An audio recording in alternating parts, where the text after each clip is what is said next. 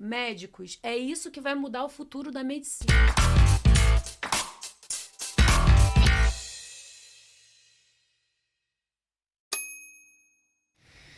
Olá, está no ar mais um DeusaCast, esse espaço que conecta ciência, informação e os bastidores do mercado da cannabis. Esse mercado que está em constante crescimento e a gente vê que leis avançam cada vez mais para promover o acesso dessa medicina que tem transformado a vida de milhares de pacientes. Mas também existem muitos entraves, muitas dúvidas, muitas questões a serem resolvidas ainda nesse setor. E para isso eu convidei esse time aqui de especialistas no DeusaCast. Eu quero apresentar então aqui Larissa Meneghel, Paula Scanapieco e Juliana Souza aqui ao meu lado. Vai ser um programa muito legal e eu tenho certeza que a gente vai conseguir levar para você o melhor conteúdo, porque esse time aqui, estava conversando com elas aqui um pouquinho antes da gente começar, e é um time espetacular. Eu quero quero dizer para vocês, na verdade, que vocês são muito bem-vindas aqui no DeusaCast. Obrigada. Boa noite. Muito obrigada, boa noite a todos. Obrigada por ter convidado a gente. Boa noite a todos. Para esse bate-papo muito importante. Eu que agradeço. Só fiquem à vontade, vai ser uma conversa bastante descontraída, tá? A gente tem muita coisa para falar e eu tenho certeza que cada uma de vocês aqui tem muito a acrescentar. Começando então aqui pela Larissa Meneghel, falando aqui com a gente, advogada especialista em direito sanitário. Qual que é a importância da sua área para o mercado da cannabis? Pronto, vamos lá. Bom, eu auxilio as empresas e, eventualmente, pessoa física também, a entender um pouco do universo da Anvisa, né? Então, a planta, a cannabis é uma planta altamente regulada, né, pela agência. E aí a gente tem algumas regulamentações, acho que a gente vai ter oportunidade de conversar um pouquinho sobre elas aqui no decorrer do programa. E eu estou à disposição como uma consultora mesmo. Eu sou ex-servidora da agência, aprendi bastante por lá, continuo aprendendo bastante aqui do lado de fora.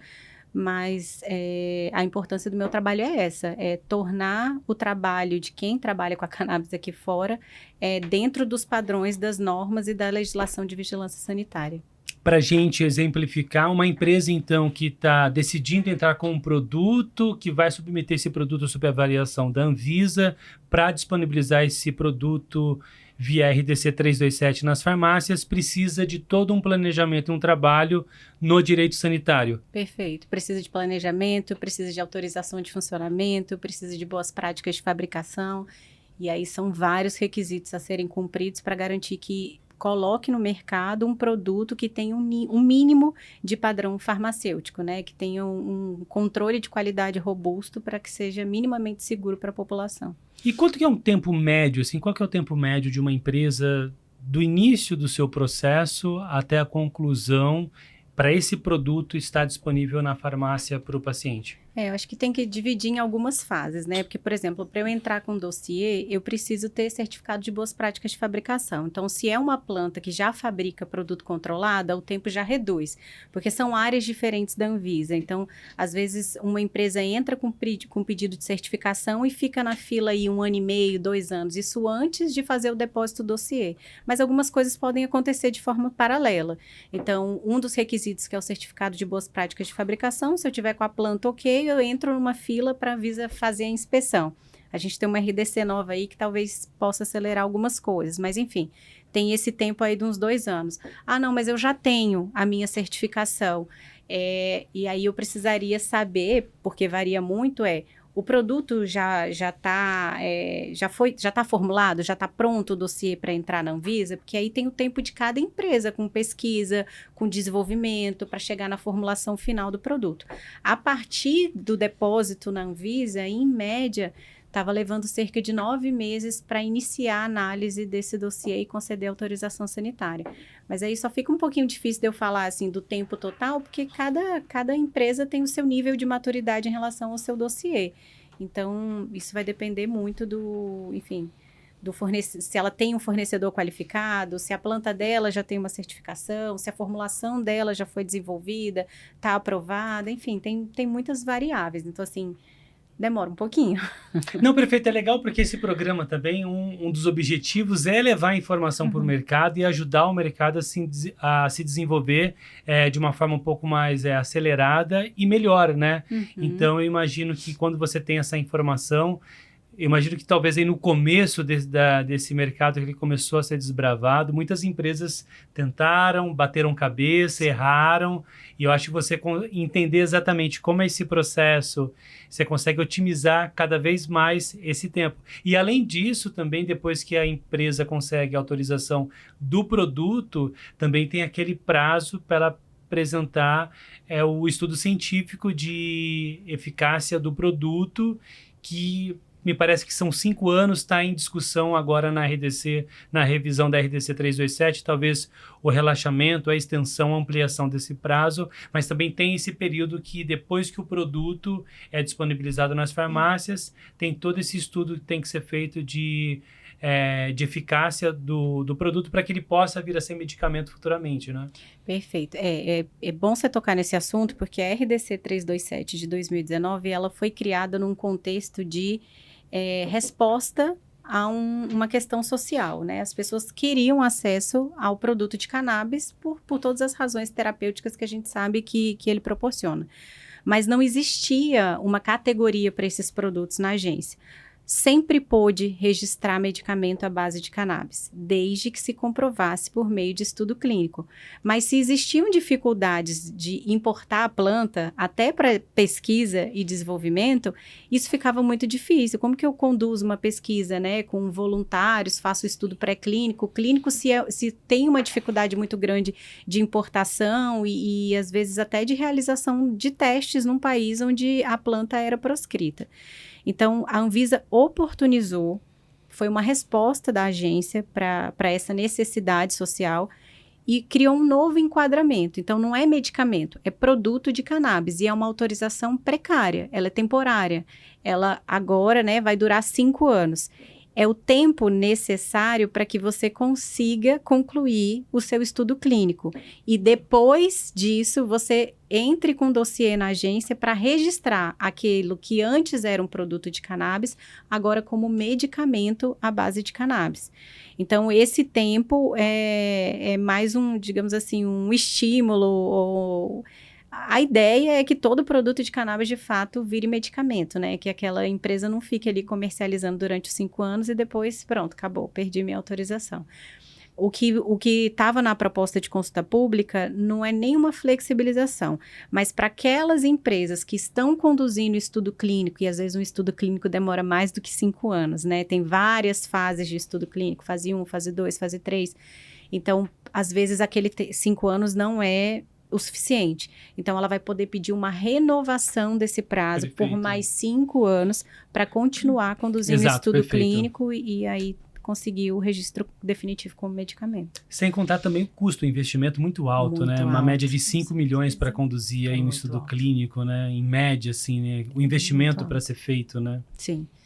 É um investimento muito alto, tem que contratar o que a gente chama de CRO, né? Um centro que faça essa pesquisa clínica e tenha toda a certificação, cumpra as boas práticas clínicas. Esses centros também são fiscalizados e inspecionados pela Anvisa. Então, tem que ser um estudo realmente muito, muito bem documentado e segundo normas da agência também, que são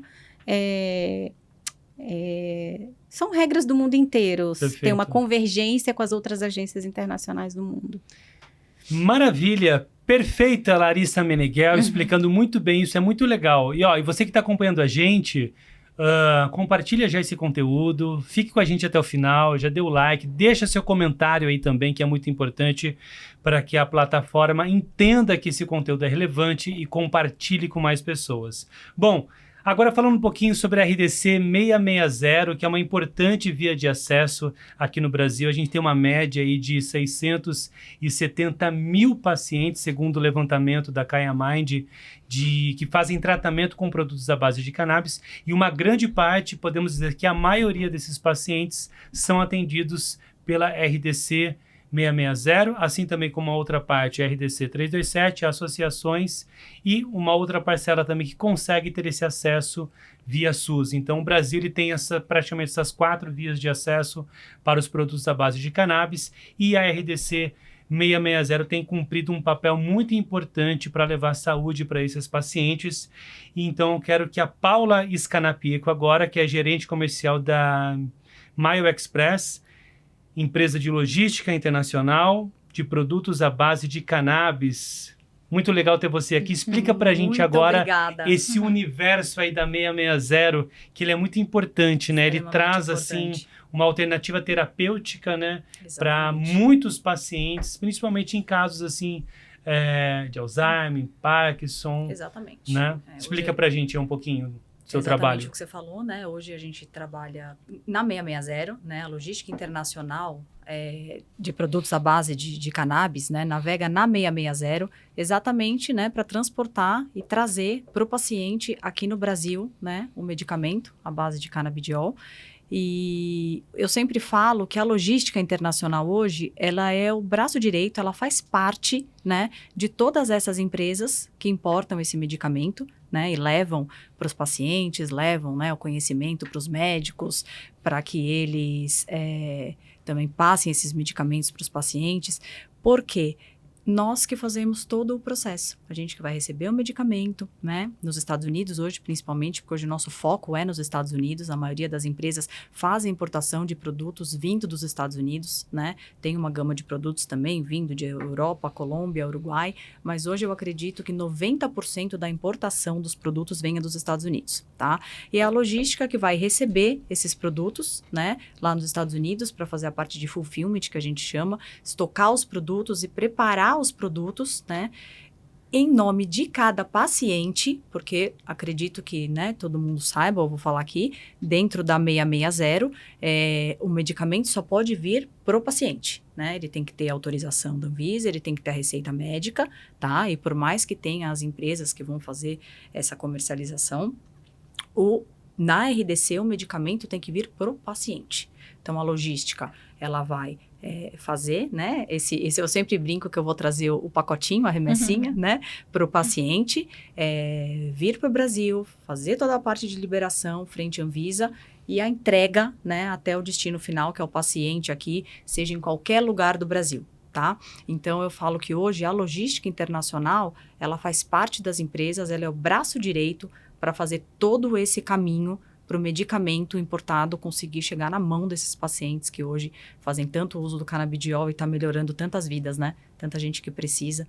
Então, acho que isso é extremamente importante. É um trabalho que eu acho que de todas essas logísticas e de todas essas empresas não é nem só pelo negócio, né? Mas eu acho que pela vida, né? Abriu-se uma brecha com a 660 para conseguir de forma expressa, né? Trazer esses medicamentos de outro lugar e ajudar tantas pessoas assim.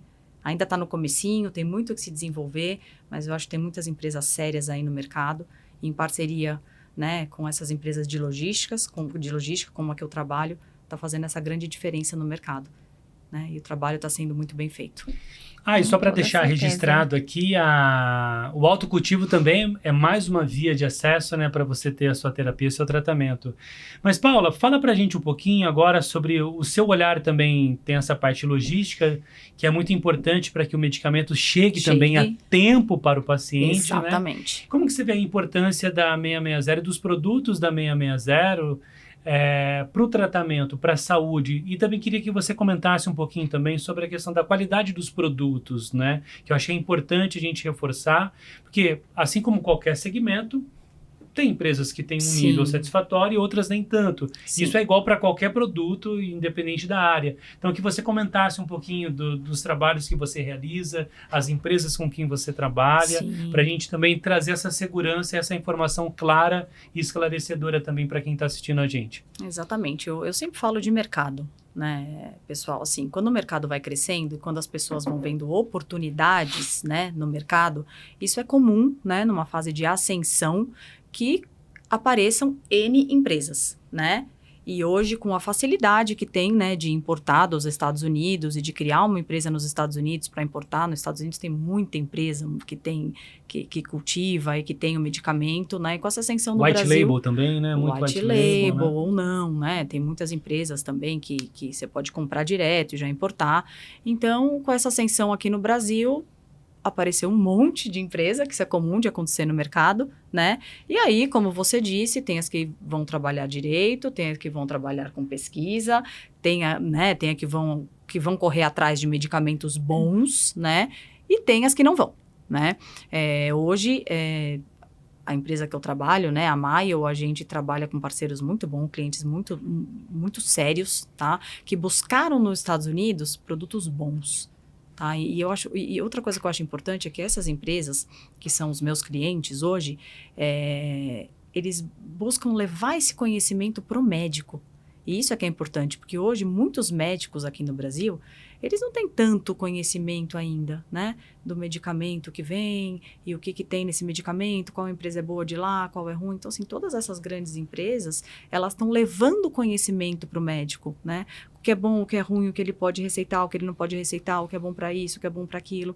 Então, assim, eu acho que está se fechando, né, esse mercado e estão vindo produtos de boa qualidade agora. Tá? Pelo menos os clientes que eu trabalho, eles trabalham com empresas de boa qualidade nos Estados Unidos, eles estão procurando laboratórios diferenciados, estão criando as suas white labels, tá? Suas marcas próprias, em parcerias com empresas americanas sérias, tá? Que fazem bons produtos, para que realmente venha uma coisa de qualidade para o Brasil, né? Para o médico poder tranquilamente receitar para o paciente e fazer a diferença na vida das pessoas, como a gente vê até aqui no seu programa, tanta gente falando, né, dos pais, dos filhos com Alzheimer, autismo, Parkinson, N doenças, que já melhoraram tanto com o uso, né, do CBD, do THC.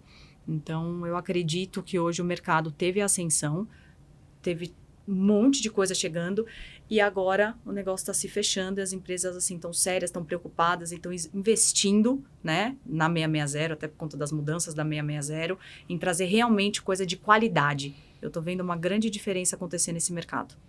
E como você bem colocou, isso acontece em qualquer mercado. Qualquer mercado, isso é normal. É a ascensão de todo o mercado para atingir a maturidade. E depois vai afunilando e o próprio mercado vai selecionando quem é que fica. Se autorregulando. Isso é normal, se autorregula. E eu aí falando em auto, né, de se regular, a 660 acaba contribuindo para isso, né? Porque como você tem que estar com tudo ok por conta da Anvisa, e teve essas mudanças na Anvisa, né? Vai ter mais uma que está para chegar. Eu acho que as empresas, elas também foram se moldando, trabalhar cada vez mais de forma séria, buscar medicamentos sérios, buscar bons parceiros fora do país, para poder se adequar a 660, né? E trazer, e crescer, e investir. Eu acho que já afunilou muito o mercado. A gente está começando a chegar numa maturidade. Perfeitamente.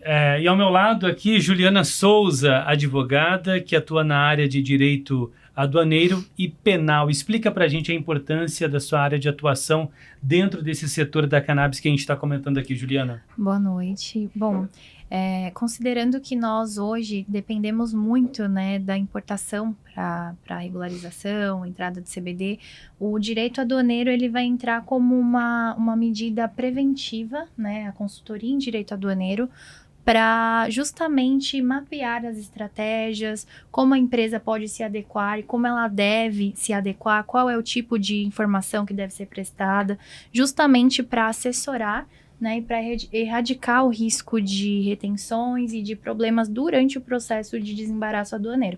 Então, basicamente o apoio, né, é o macro do processo. A gente vai observar ali o decreto 6579, que é o regulamento aduaneiro, as leis específicas como a instrução normativa 1737, que é a instrução sobre remessa expressa, importação e exportação desses produtos.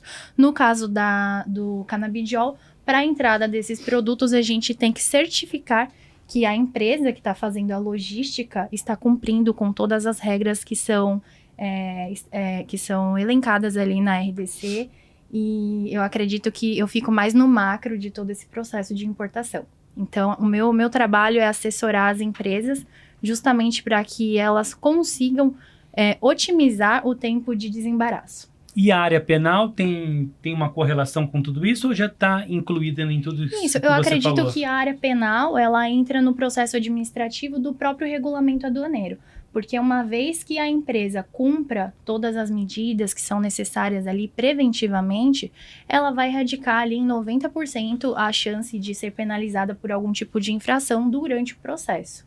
Perfeitamente, ótimo. Muito obrigado pela sua colaboração, por tudo que você trouxe aqui para nós. Então aqui, ó, seguindo aqui, tem alguns recadinhos aí para você que está acompanhando a gente. Podemos soltar aqui, Biel, os anúncios e falar com o pessoal aqui, pode ser? Então vamos lá, pessoal, dizer primeiramente que esse programa vai ser sensacional, então fique até o final. E a gente é patrocinado pela Smush, tem alguns produtos que a gente quer dar destaque aqui da Smush. Esse aqui é o Powder Shot, aqui da Smush, suplemento alimentar em pó, fonte de fibras, fonte de zinco e selênio, e também rico em vitamina E.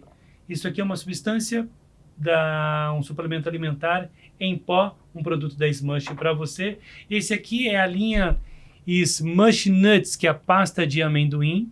2 pastas de amendoim a gente tem aqui. E essa aqui é a pasta de cacau com avelã. Muito gostoso. Eu provei esses dias. É muito gostoso. Eu fui uma vez numa feira de produtos naturais e aí uma moça me apresentou uma pasta de amendoim. Aí ela falou assim, quer provar? Assim, claro, quero provar, tal. Ela me entregou e eu provei, ela falou assim, e aí, uma delícia? Eu falei assim, moça, delícia é Nutella, isso aqui pode ser saudável, mas delicioso não. Mas o da Smush é muito gostoso. Mas ela entendeu o que eu quis dizer. Porque assim, né, um produto natural, ele nunca vai ser delicioso, né? Delicioso é chocolate. A gente aceita, né? A gente assim, aceita. Então, ele pode ser saudável, moça, mas era bom também. Só uma brincadeira só. Então, aqui, Smush Nuts. Aqui você pode acessar o site da Smush. Tem um café funcional também. Cogumelo Lions Many. Cremoso, sem conservantes, fonte de gorduras boas e sem glúten também. E ele é para dar foco, concentração, energia. É uma boa experiência para você pegar o café funcional para foco e energia, sem excesso, feito com café especial.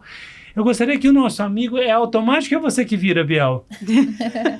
Ah, bom. Eu achava que era você que passava tão rápido assim. Que interessante. Mas enfim, você pode navegar então aqui no smush.com.br e mandar um abraço para o nosso querido amigo Lorenzo Rolim, fundador e criador aí da Smush. Café funcional, feito com café especial cogumelo Juba de Leão para mais clareza e disposição no seu dia a dia. Foco, energia sem açúcar e sem glúten. Esse é o Smush para você. A dose certa para o seu dia. Smush.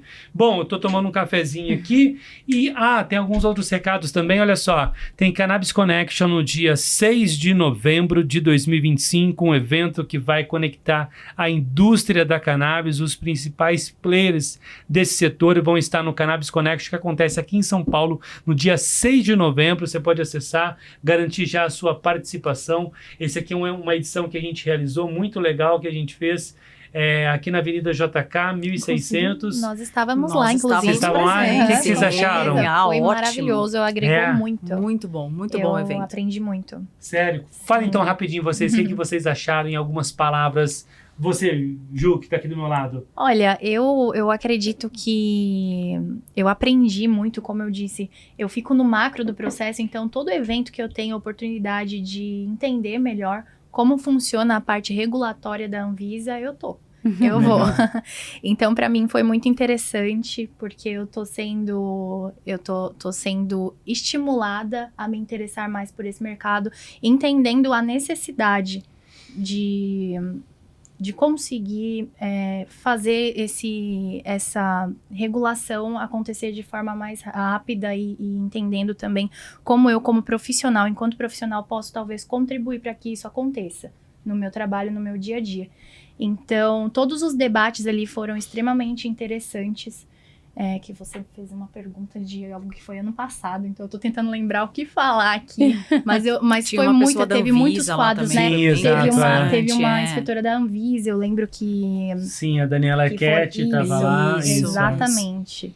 Ah, mas Mas, legal. enfim. Sim, não, mas é a sua impressão, achei isso muito legal. E esse ano eu pretendo estar novamente, justamente por conta disso, tudo que eu falei, né? Eu quero aprender e quero ver onde tudo isso vai dar, porque eu acredito que o nosso caminho é de conseguir, de conseguir, né? Talvez equilibrar ali as duas RDCs, né? Conseguir fazer acontecer essa melhoria que nós tanto precisamos na Anvisa, na parte da saúde. Eu acredito muito que o Brasil ainda precisa de algumas políticas públicas com relação à segurança, com relação ao equilíbrio entre a área da saúde e a segurança pública no país. Então, por isso, eu procuro tanto conhecer, né, essas leis que são tão específicas e que não são da minha alçada ainda.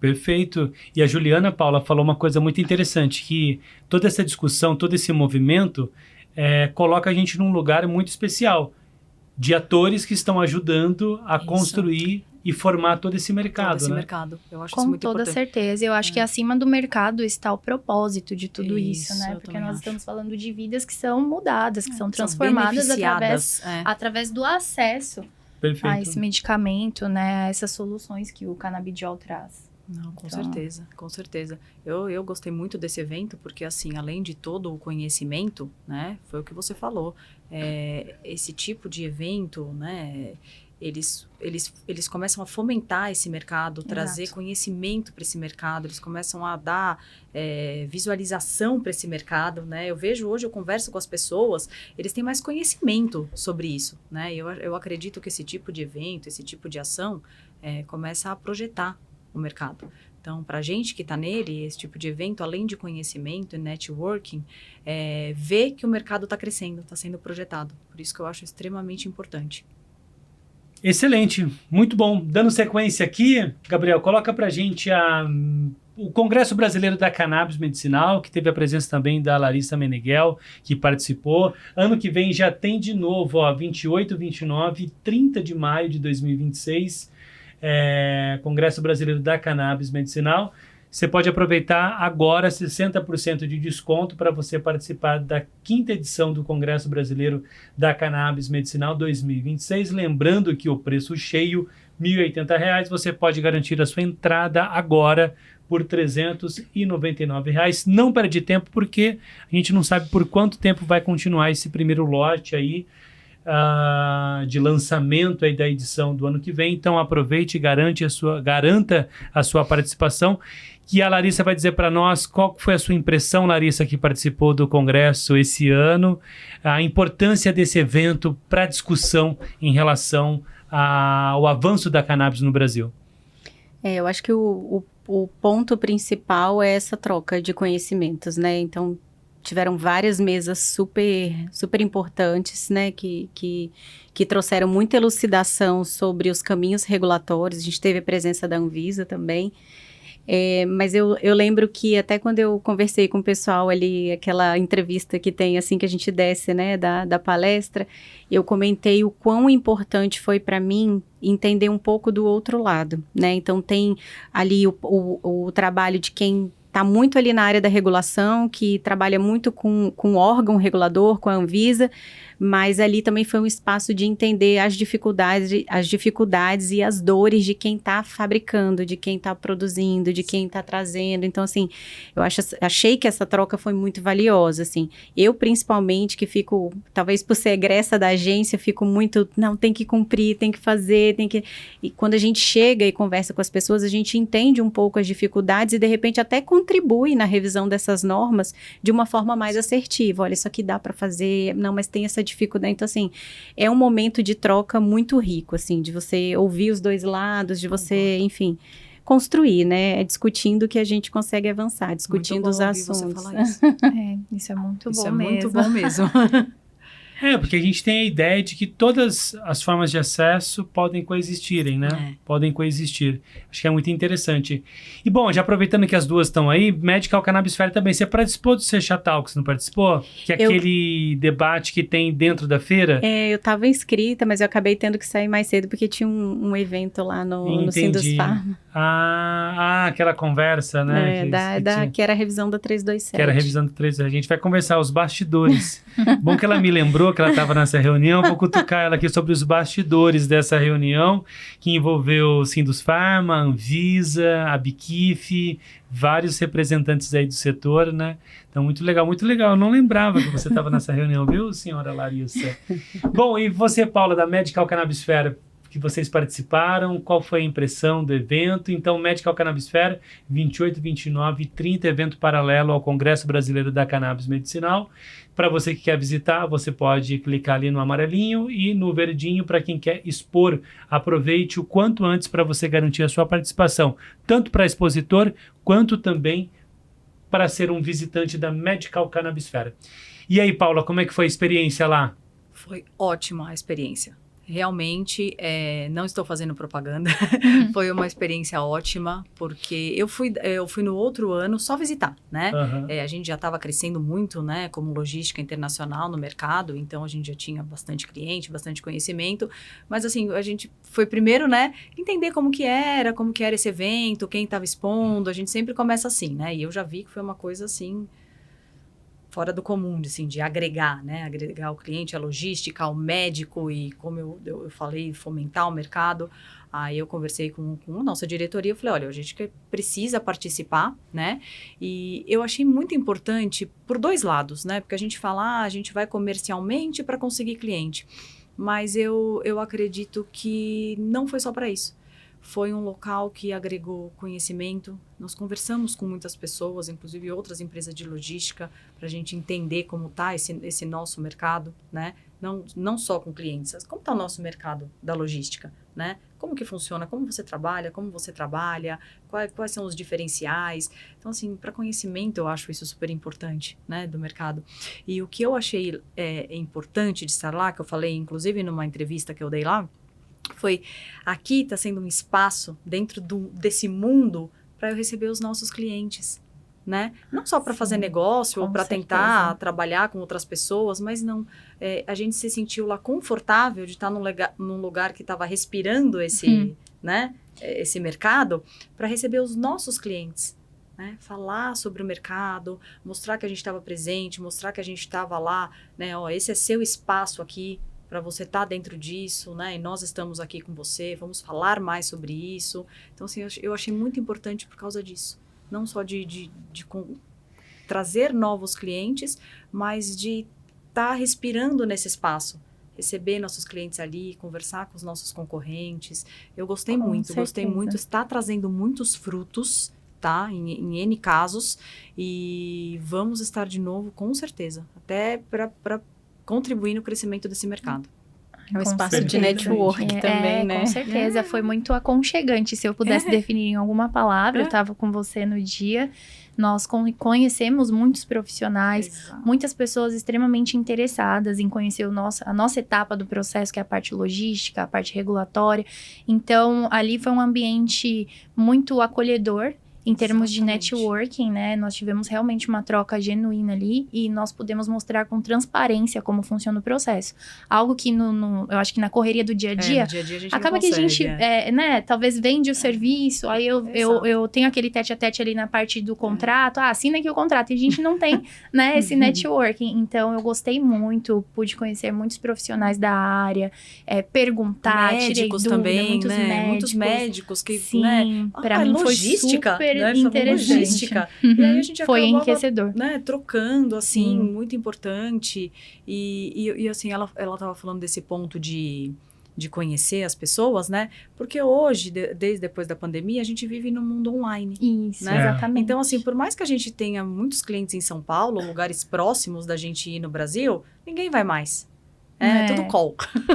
Tudo call. Tudo call. Então, assim... Até, principalmente São Paulo, né? Entendeu? Então, assim, ter um momento, né, que fale do mercado, respire o mercado, que a gente esteja lá junto com as pessoas que a gente gostaria de estar mais no dia a dia, né? Foi muito importante, é muito importante e que continue e a gente vai estar presente.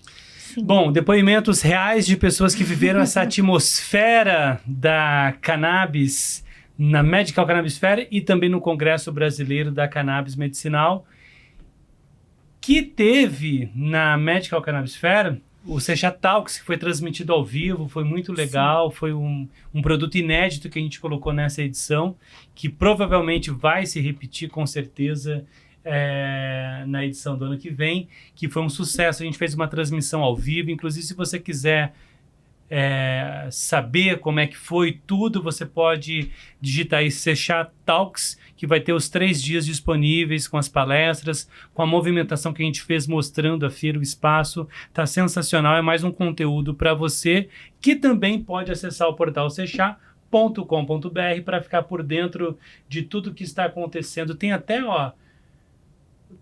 sabe dessa onda aí do Morango do Amor? Tem, Morango do Amor entrou olha só, você piscou e o Morango do Amor entrou na onda canábica, a matéria da Carol Alencar e várias outras matérias também do Bruno Vargas, Natália Espíndola, que faz o trabalho da rede social, enfim, muito conteúdo preparado todos os dias, com muito carinho para você ficar muito bem informado sobre o mercado da cannabis. E vamos entrar então aqui já na nossa conversa, no nosso bate-papo. A gente falou bastante, né? Foi uma apresentação muito legal, até para que você pudesse entender quem são essas mentes brilhantes que vão participar desse programa hoje. Mas a gente tem muita coisa para falar, muito assunto para discutir. Vocês fiquem à vontade, tá? Para discordar, para opinar. Enfim, eu acho que isso aqui é um espaço para a gente ser democrático e também para a gente discutir aquilo que precisa ser discutido e em busca de respostas, de soluções, e que a gente ajude de alguma forma a levar ideias, insights para que esse mercado se regulamente da melhor forma possível, como vem se encaminhando. E quando a gente fala em regulamentação, a gente vê que a regulamentação ela está avançando cada vez mais no Brasil. Muitos estados e municípios têm criado leis e implementado leis de acesso a cannabis via SUS. A Anvisa está se movimentando, o governo federal está se movimentando. Essa semana, esse mês, na verdade, né, o programa é um pouco atemporal, mas nesses últimos dias a gente viu o ministro Carlos Fávaro, que é o ministro do Ministério da Agricultura, que pela primeira vez, até onde eu vi, se manifestou publicamente a favor da cannabis medicinal no Brasil.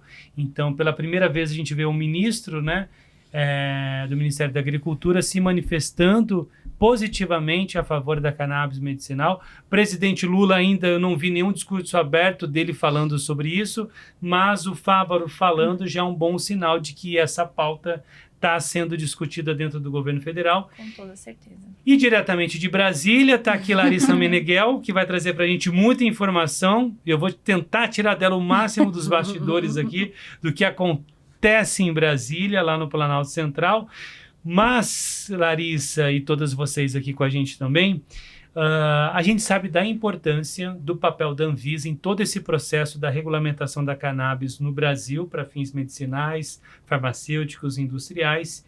E a gente sabe também que para que os votos possam acontecer, para que as pautas possam vir a ser discutidas e votadas, a gente precisa que a diretoria da Anvisa esteja completa, né? Houveram algumas mudanças, né?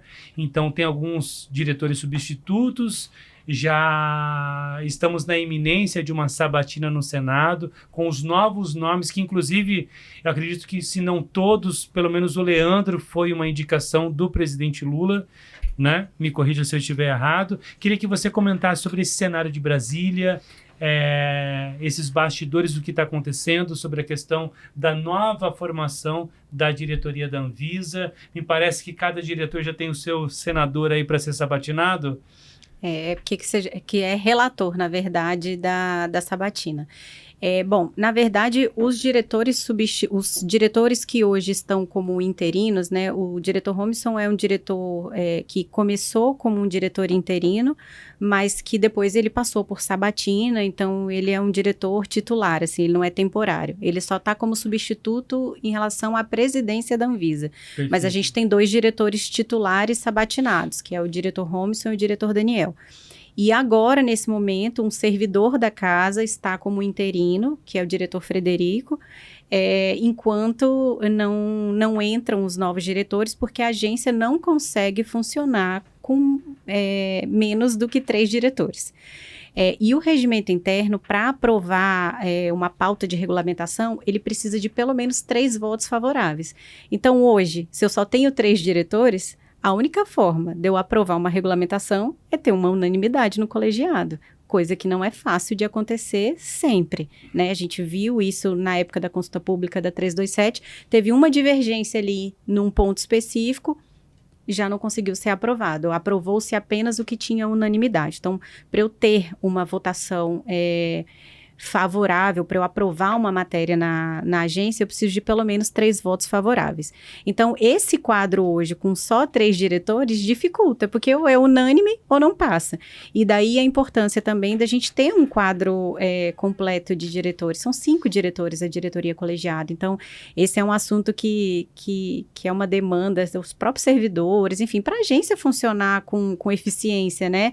Porque tem diretor assumindo 2 diretorias lá dentro, e a Anvisa cuida de muita coisa, então fica muitas áreas concentradas na mão desses 3 diretores e acaba sobrecarregando o trabalho deles também. Bom, em relação à chegada dos novos diretores, deixa eu pegar minha colinha aqui, a gente já tem 3 nomes indicados, então tem o Leandro Safatli para o cargo de diretor-presidente da Anvisa, que foi uma indicação à época, acredito, do Ministério da Saúde, então com apoio do governo. A doutora Daniela Marreco, que é servidora da casa e hoje é chefe da CEMED na Anvisa, e o doutor Tiago Campos, que também tendo como uma indicação do governo, para o cargo de diretor da Anvisa também. As sabatinas estão para acontecer na Comissão de Assuntos Sociais do Senado e está prevista ali para a semana do dia 11 de agosto, e conforme o Leandro falou, os senadores que vão ser relatores da sabatina de cada um desses indicados já estão definidos. É interesse saber quem são cada um deles? Tá, do diretor que está indicado para a presidência da Anvisa, o Leandro Safatli, vai ser a senadora Mara Gabrilli, que é uma entusiasta da pauta da cannabis. Sim. Eu me lembro dela algumas vezes nas reuniões da diretoria colegiada, cuidando desse tema. Da Daniela Marreco vai ser o senador Fernando Dueire, e do Tiago Campos, a relatora é a senadora doutora Eudócia. Então, são esses os relatores das sabatinas. Perfeito. O nome dele é Leandro... Safatli. Não é Saraiva? Não, Safatli. E ele também já... Desculpa, gente, falei errado. Então. Desculpa, diretor, falei errado seu nome. Ele já foi chefe da Secretaria de Controle de Preços de Medicamento, que é o que a doutora Daniela é hoje, né? Ele é egresso da Anvisa também. Sim, perfeito. E legal, então, já com os senadores já selecionados, né, escolhidos para fazer a sabatina, vão ser o relator. Eu acho que a tendência é que todos eles sejam efetivados. Eu não sei se é esse o termo que eles têm que ser aprovados, né? Perfeito. Então, dificilmente alguém reprovado. Os 3 diretores têm, os 3 indicados, né, eles têm bastante experiência, né, na área do direito sanitário, na regulação da Anvisa. A doutora Daniela é uma servidora de carreira, enfim, super respeitada dentro da agência. O Leandro também já foi secretário da Secretaria de Medicamentos, e o doutor Tiago Campos é advogado sanitarista, então, assim, acho que está todo mundo por dentro, muito bem por dentro dos assuntos, né? Então, acho que a tendência é pela aprovação, sim. E é muito importante a gente acompanhar e entender todo esse movimento, porque o diretor Daniel, acho que no fim do primeiro trimestre, alguma coisa assim, ele se manifestou a favor da revisão da RDC 660, né? Sim. Que estava meio que prevista para acontecer em junho, julho, mas me parece que não avançou, justamente porque tem também essa questão do impasse, né? De ter essa unanimidade. Salvo engano, na época, era a diretora Denitza, né, que também se manifestou em relação a esse ponto da 660. É o seguinte, à época eles estavam aprovando a minuta que ia entrar em consulta pública da 327, mas tinha uma questão sensível ali da 660 que o diretor Daniel levou e entendeu que era possível de ser feito no bojo da 327, era uma questão muito pontual. E aí foi o ponto de divergência lá. Na época, a doutora Denitza colocou que ela acreditava que a RDC 660, ela tinha que ser revisada em um processo de regulamentação próprio. Então, hoje a gente tem um decreto que rege a administração pública de uma forma geral, então existem as boas práticas regulatórias. Então, o que a diretora da NHTSA colocou na época é, não, eu entendo que a 327 só pode cuidar de 327, assunto 660 tem que ser num processo próprio, apartado, separado. Mas, enfim, isso cabia uma discussão, o diretor Daniel colocou as razões dele, por que ele entendia sim que poderia ser feito no bojo, já que a RDC 327 também trata da importação de produto de cannabis, mas enfim, diante da divergência, como não havia unanimidade e eu preciso de pelo menos 3 votos favoráveis, isso na verdade ficou para um processo apartado a ser deliberado depois. Na reunião seguinte, o diretor Daniel trouxe um cronograma mais ou menos estabelecidos para a revisão da 660.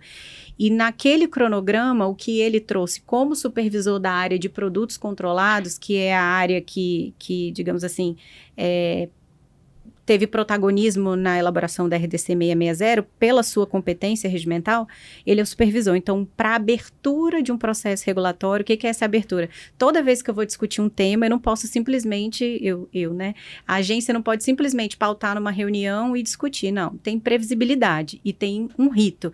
Então, primeiro abre-se um processo regulatório e disse para a sociedade, para o setor regulado, estou abrindo um processo regulatório para discutir esse tema. Então, o que ficou previsto para junho era só a abertura do processo regulatório para discutir a 660.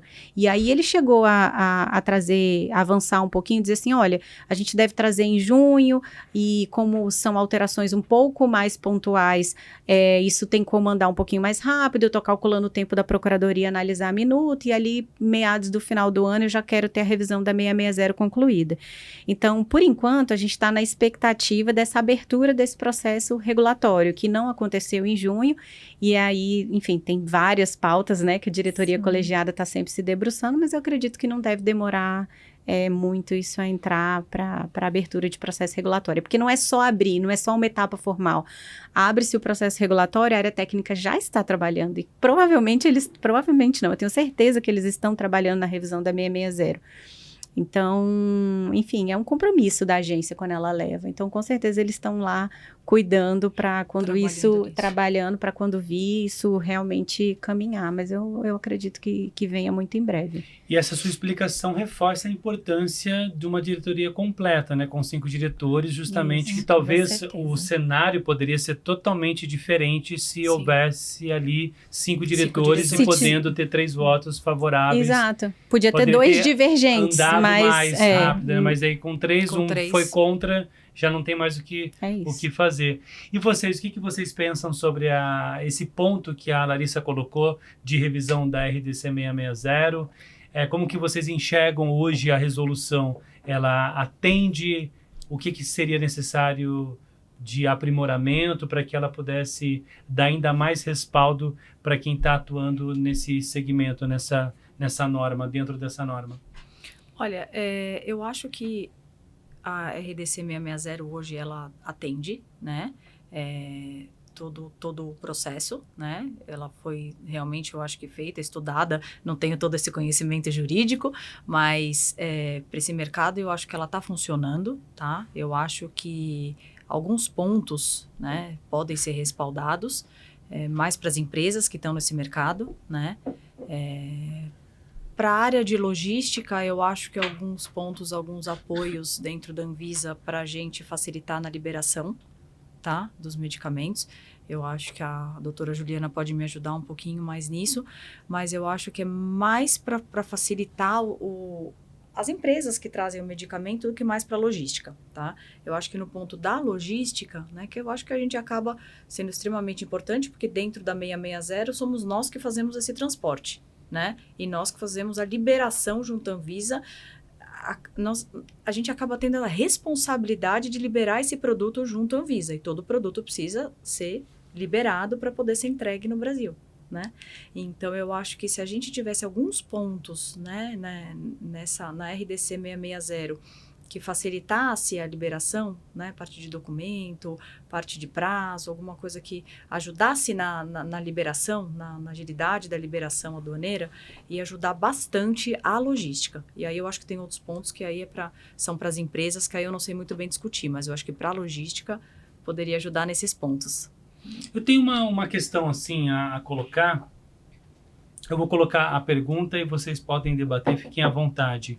Por exemplo, mas eu acho que é um assunto que é muito importante ser colocado e debatido, até para que a gente possa entender como é que funciona, qual que é a real necessidade disso ou não. Por exemplo, estocar produto. Não pode, né? Não pode ter o estoque do produto. Não pode. Mas na prática, esse estoque ajudaria muito a questão logística, né? Do tempo de entrega do paciente, do produto chegar para o paciente mais rápido ou não interferiria? Vocês são a favor de ter estoque ou não? Porque isso já foi um assunto debatido. Eu queria entender sobre vocês, da possibilidade de estocar esses produtos à base de cannabis aqui no Brasil, que vem de fora. O que vocês pensam em relação a isso? Eu não sei. Acho que se eu começar com viés Anvisa, então, é isso também que eu ia vai... Eu acredito assim, eu acho que são 2 viés aqui, né? Tem o Exatamente. viés da logística internacional e o viés da Anvisa, né? Eu vou falar do meu lado e elas falam do lado delas. Porque, assim, em relação à Anvisa, porque, assim, para estocar é muita coisa que tá aí, né? Aí eu acho que para estocar tem que entrar na 327, esse é outro assunto, né? Agora, para o viés de logística internacional, eu sempre brinco que, para mim, quanto menos estoque tiver, melhor, né? Porque a gente estoca lá nos Estados Unidos e consegue fazer o nosso trabalho, né? Que é estocar nos Estados Unidos, fazer o trabalho lá e trazer direto para o paciente aqui, que é o que visa 660, né? Então, enquanto não tiver esse estoque no Brasil, a gente vai sobreviver com toda essa logística que hoje está extremamente fomentada, organizada para atender esse mercado.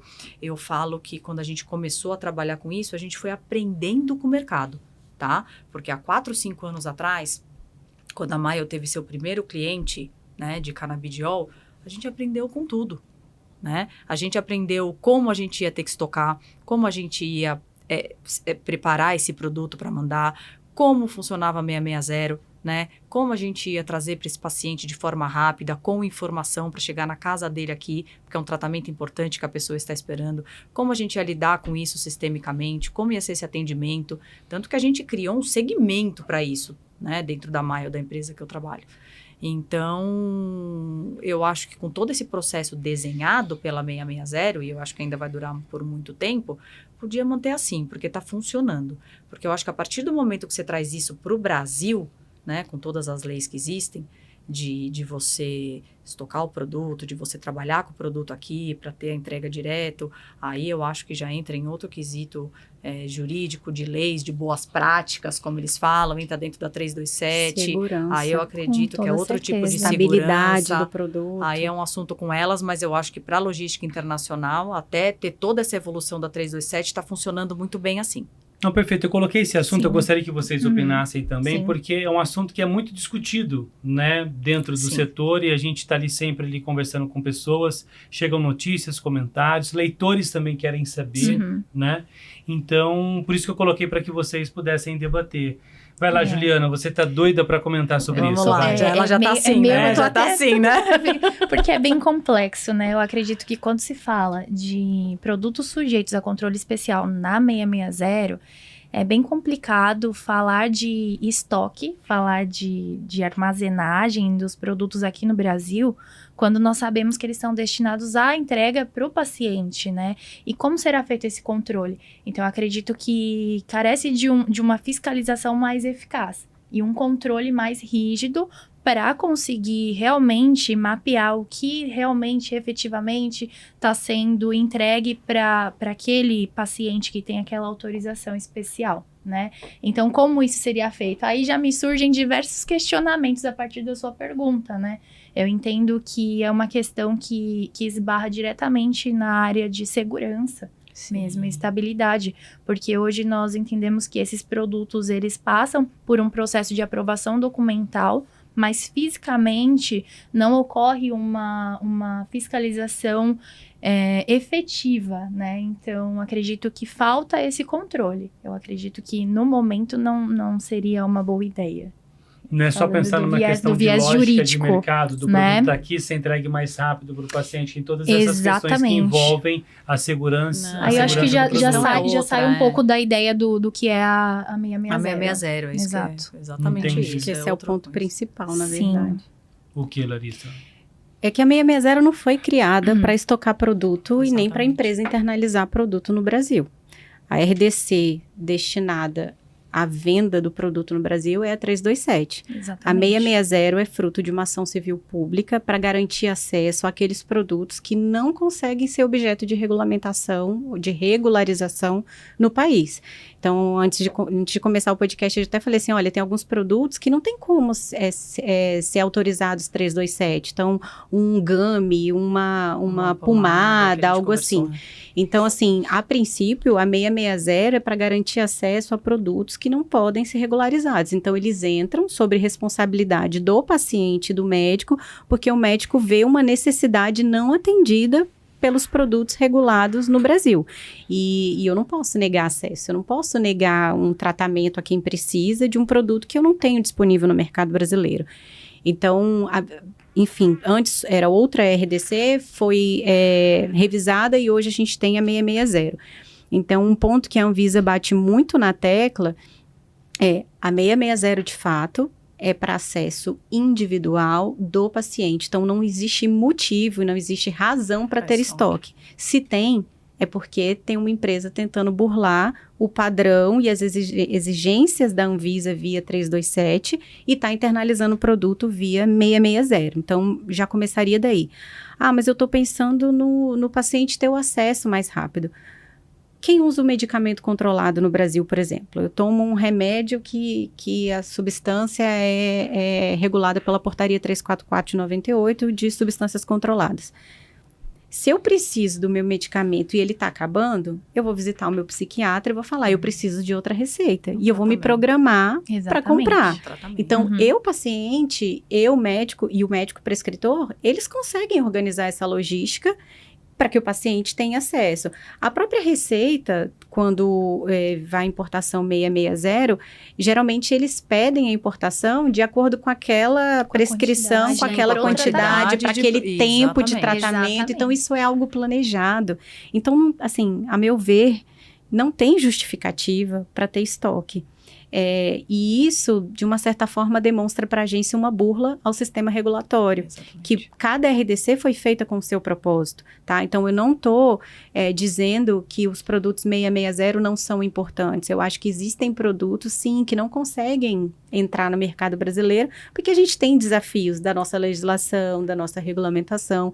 E, como você falou, todas as vias de acesso, de uma certa forma, elas podem coexistir, né? Mas cada uma com seu propósito. E o propósito da 660 é o acesso individual ao paciente. Então, a Anvisa nem poderia se propor a fiscalizar esse tipo de coisa, né? Você vê que porque a regra É foge verdade. totalmente. Pela 327, você precisa ter boas práticas. Se eu sou uma importadora, boas práticas de importação, distribuição e armazenagem, porque aí sim eu tenho estoque. Eu tenho que garantir que esse produto, antes de chegar lá na farmácia ou da farmácia, enfim, para frente, ele tenha a estabilidade dele, ele tenha uma temperatura correta, ele seja transportado da forma correta. Por isso que às vezes as pessoas falam assim, mas é porque o investimento é muito alto. Sim, porque existe um controle que garanta a segurança, que garanta o padrão de qualidade desses produtos. Então, existe uma razão, não é a burocracia pela burocracia, percebe? E eu acho que é por isso que desvirtua um pouco o foco da 660, a questão de estoque, assim. O propósito dela é outro. Exatamente isso. Inclusive, ela falando disso, né, de todas essas regras para estocar, isso existe nos Estados Unidos, né, e a gente segue isso lá pelo Sim. FDA. Uhum. Né? Então, assim, como lá a gente pode estocar, né, para mandar para o Brasil, para exportar para o Brasil, nossos armazéns lá, eles são exatamente com essas boas práticas, né? Só que lá a regulação As normas é feita pelo convergem FDA, muito, convergem. porque Então, as assim, agências, a forma como a gente estoca, a temperatura como a gente estoca, né? Como é feito o transporte até o modo aéreo para trazer para o Brasil. Então, isso tudo é visto também, né? E, assim, dentro da 660, isso vem direto para o paciente, porque, como ela falou, é uma lei. não deveria nem ter nada sobre isso, porque tem que vir pro paciente, não pode estocar aqui, né?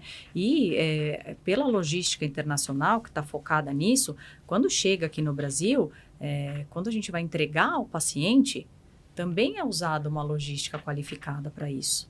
Então, a gente tem todos esses pontos. A gente também entrega numa logística que está levando um medicamento para o paciente, não é uma logística que está levando um produto de e-commerce, tá? Então, ela está levando um medicamento para o paciente, né? A gente tem todo o cuidado com isso de ponta a ponta do processo.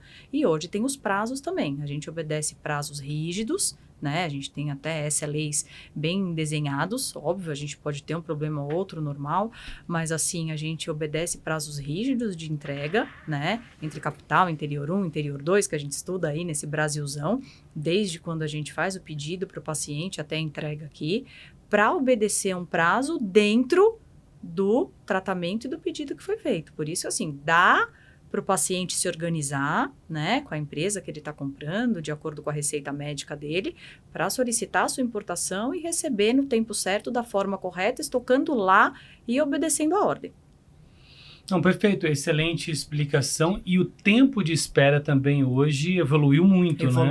Evoluiu muito. Eu sempre brinco, né, quando eu converso com os meus clientes, até quando eu estou falando comercialmente, né, sobre a empresa, porque eu gosto de trabalhar de uma forma bem transparente, né, do jeito que eu estou conversando aqui. E eu falo, a gente entrega nesse Brasilzão, né? Tem muitos países que cabe dentro de um estado aqui no Brasil, né? E a gente... Exatamente. Então, assim, quando a gente fala, vamos entregar em São Paulo, vamos entregar nas capitais, é tudo muito lindo. Só que quando a gente vai entregar, a gente já fez uma entrega em Oiapoque, né? E é uma parte ótima. Imagina que uma pessoa em Oiapoque já está usando, né, a cannabis medicinal. Isso é fantástico. Mas Sim. Pensando em termos logísticos, para você chegar com o medicamento até lá, né, a gente entrega cidades 700 quilômetros de Manaus, né? A gente já fez uma entrega que a transportadora, né, que nossa parceira entrou em contato e falou, olha, a gente vai ter que pegar, como que é lá no Pará? O barquinho para entregar. Então, a gente está falando de um Brasilzão. Então, é óbvio que nesse meio do caminho a gente pode ter que trabalhar a quatro mãos e discutir prazos, mas no todo isso melhorou muito. A gente está conseguindo chegar sim e está conseguindo entregar aí o cannabis medicinal em todos os pontos do Brasil, inclusive via licitação, né? Então, assim, muita gente que precisa já está tendo acesso ao medicamento. Ou seja, quando você fala licitação, Estado comprando licitação, Estado comprando pelo SUS. Exatamente, para o paciente que precisa. Está aumentando isso cada vez mais, eu acho isso fantástico. E aí, você saberia pontuar para a gente hoje, talvez que você atendeu ou não, alguns estados que têm aumentado a compra ou que já tem presente essa compra de licitação? Sabe dizer assim, alguns estados que já tem acontecido isso? Paraná e Rio de Janeiro eu vejo com mais frequência. Tem mais frequência. Eles têm mais incentivo, né? Eu acredito que a quantidade é maior. E normalmente é por ação judicial ou não? Isso. Por ação judicial, né? Por ação judicial, né? Que as empresas entram, ganham a ação e conseguem importar para aquele paciente que ganhou via prefeitura, né? E a gente faz a logística, então toda essa documentação tem que subir na Anvisa, né? Porque ela tem que saber que ela tá liberando o medicamento que está vindo via licitação. E assim, eu vejo aumentar o número de estados. Então, hoje tem estados do Nordeste, tá? Pernambuco é um que eu vejo crescer muito, tá? Minas e a gente já entregou por licitação Amazonas, Pará, né? E eu fico muito satisfeita vendo esse crescimento, né? Esse crescimento do mercado que a gente entrega para a prefeitura, né? Que está dando esse medicamento para uma pessoa num lugar que a gente nem imaginava que a pessoa já tinha esse conhecimento. Com né? certeza. E eu não estou falando de capital. Eu tô falando de Sim. interiorzão. É isso mesmo, eu vejo isso como uma garantia social, né? Porque há alguns anos atrás, assim que surgiu o RDC, as pessoas pensavam, especulavam muito, não, isso é elitizado. O pobre, né, a pessoa de classe média não terá acesso. Mas hoje eu vejo que há uma conduta muito colaborativa, tanto por parte da Receita Federal, na alfândega, quanto por parte da agência. Sim. Toda vez que a gente peticiona, né, sobe lá um processo que é fruto de que é oriundo de uma liminar, a gente vê essa conduta mais colaborativa, né? Então eu vejo isso como uma garantia de um direito social mesmo. Sim. E a judicialização da saúde é algo muito comum, que não acontece só na cannabis. A Sim, farmácia de sim. alto A custo, de alto custo. por exemplo, ela atende, né, em sua maioria aí, praticamente, eu vi já muita reportagem já de farmácia de alto custo, principalmente para insulina, Uhum. que as famílias entravam com ação na justiça para que o Sim. Estado financiasse o fornecimento de Tem insulina alguns medicamentos na e farmácia vários de alto outros custo. medicamentos. Então, não é algo específico da cannabis, né? É Sim. legal a gente colocar. Então, e assim, e ali no Sechá, no dia a dia da redação, surgem muitas dúvidas. E nesse processo todo de logística, como que é a estrutura? Em algum momento os correios são utilizados, não são? Que surgiu recentemente essa dúvida, né? Esse ponto a ser colocado. E eu acho que é legal, e assim, tudo que eu trago aqui também no programa é justamente para a gente debater, porque como também é um mercado em constante movimento, muitas pessoas assim carecem tipo assim de algumas informações e também da conclusão também de algumas ideias que muitas das vezes não se tem um entendimento conclusivo, fica algo meio que inconclusivo por uma questão de interpretação. Então tudo que eu estou colocando aqui são coisas que a gente vive no dia a dia, até quando a gente soltou falando alguma coisa em relação aos correios, muitas pessoas participaram. Mas eu recebo via correio na minha casa, eu já recebi medicamento e tal. Queria que vocês comentassem sobre essa questão de toda a estrutura da logística, se utiliza, não utiliza. O que você poderia explicar para nós? A gente não utiliza correios, tá? Na verdade, não pode utilizar correios. Recentemente teve uma discussão grande, né, em torno disso, né? Pode, não pode, tem uma licença especial, não tem uma licença especial. A gente até conversou com muita gente, né? O meu diretor pediu algum acesso de algumas pessoas em Brasília e a gente recebeu documentos dizendo não faça isso. Não tem licença, não pode, tá? Tanto que antes no correio era só medicamento. Hoje a gente tem uma parte lá dizendo de cannabis medicinal, né? Do cannabis a gente não pode transportar. Expressa. É uma proibição expressa, Exatamente. tá? A gente estudou isso até juridicamente, eu pedi apoio da doutora Juliana, né? Porque assim, se você for pensar para logística aqui no Brasil, né? Igual eu brinquei desse nosso Brasilzão, é mais fácil você transportar pelos correios, né? Os correios, eles têm bons prazos, eles chegam em todo canto do Brasil. Naquela cidadezinha do interior, você já conhece o carteiro, Sim. né? Que a gente brinca. Então, às vezes... Tá difícil ver carteiro hoje em dia. Né? Então, assim, mas no interior tem, né? Então, assim, seria muito mais fácil, até pra gente, numa ponta aí do nosso last mile, que a gente chama, usar os correios, tanto que a gente usa muito na parte de e-commerce, né? Mas não pode. Não pode enviar o medicamento, tá? O pessoal dos Correios, da alta cúpula, falou que se a gente fizesse esse envio, tanto a logística quanto a empresa, né? Podia ser autuada. Então, a gente continua, desde o começo, usando a logística privada aqui no Brasil, os nossos parceiros de logística privada. E eu acho assim, por mais que a gente tenha alguns problemas aí da logística, que não tem, talvez, toda a malha dos Correios, né? E eu acho que é mais seguro no ponto de vista de como é feito o envio, né, o transporte, sim, né, com as certeza. Transportadoras que a gente utiliza como parceiro, todos eles têm as AFs da Anvisa para transporte de medicamento, Seguro da carga, de controle seguro especial. da carga, Importante, de controle exatamente. especial. Então, assim, eu acredito que faça sentido isso, mas realmente não pode. A gente só usa transportadora privada. Perfeito. DeusaCast esclarecendo e deixando esse espaço aberto aqui para que as pessoas possam comentar, expressar suas ideias. E eu acho que o mais importante de tudo, Paula e Juliana e Larissa, é a gente levar para o público a informação, Levar a né? informação, Para com que ele certeza. saiba, né? Ouvir Claro. todos os lados, trazer para a mesa a discussão, tanto concordando ou discordando. Sim. Eu acho que isso é legal para levar para o público a informação apurada para que ele possa se orientar, tomar suas decisões e fazer as suas escolhas. Desse assunto, quer comentar alguma coisa?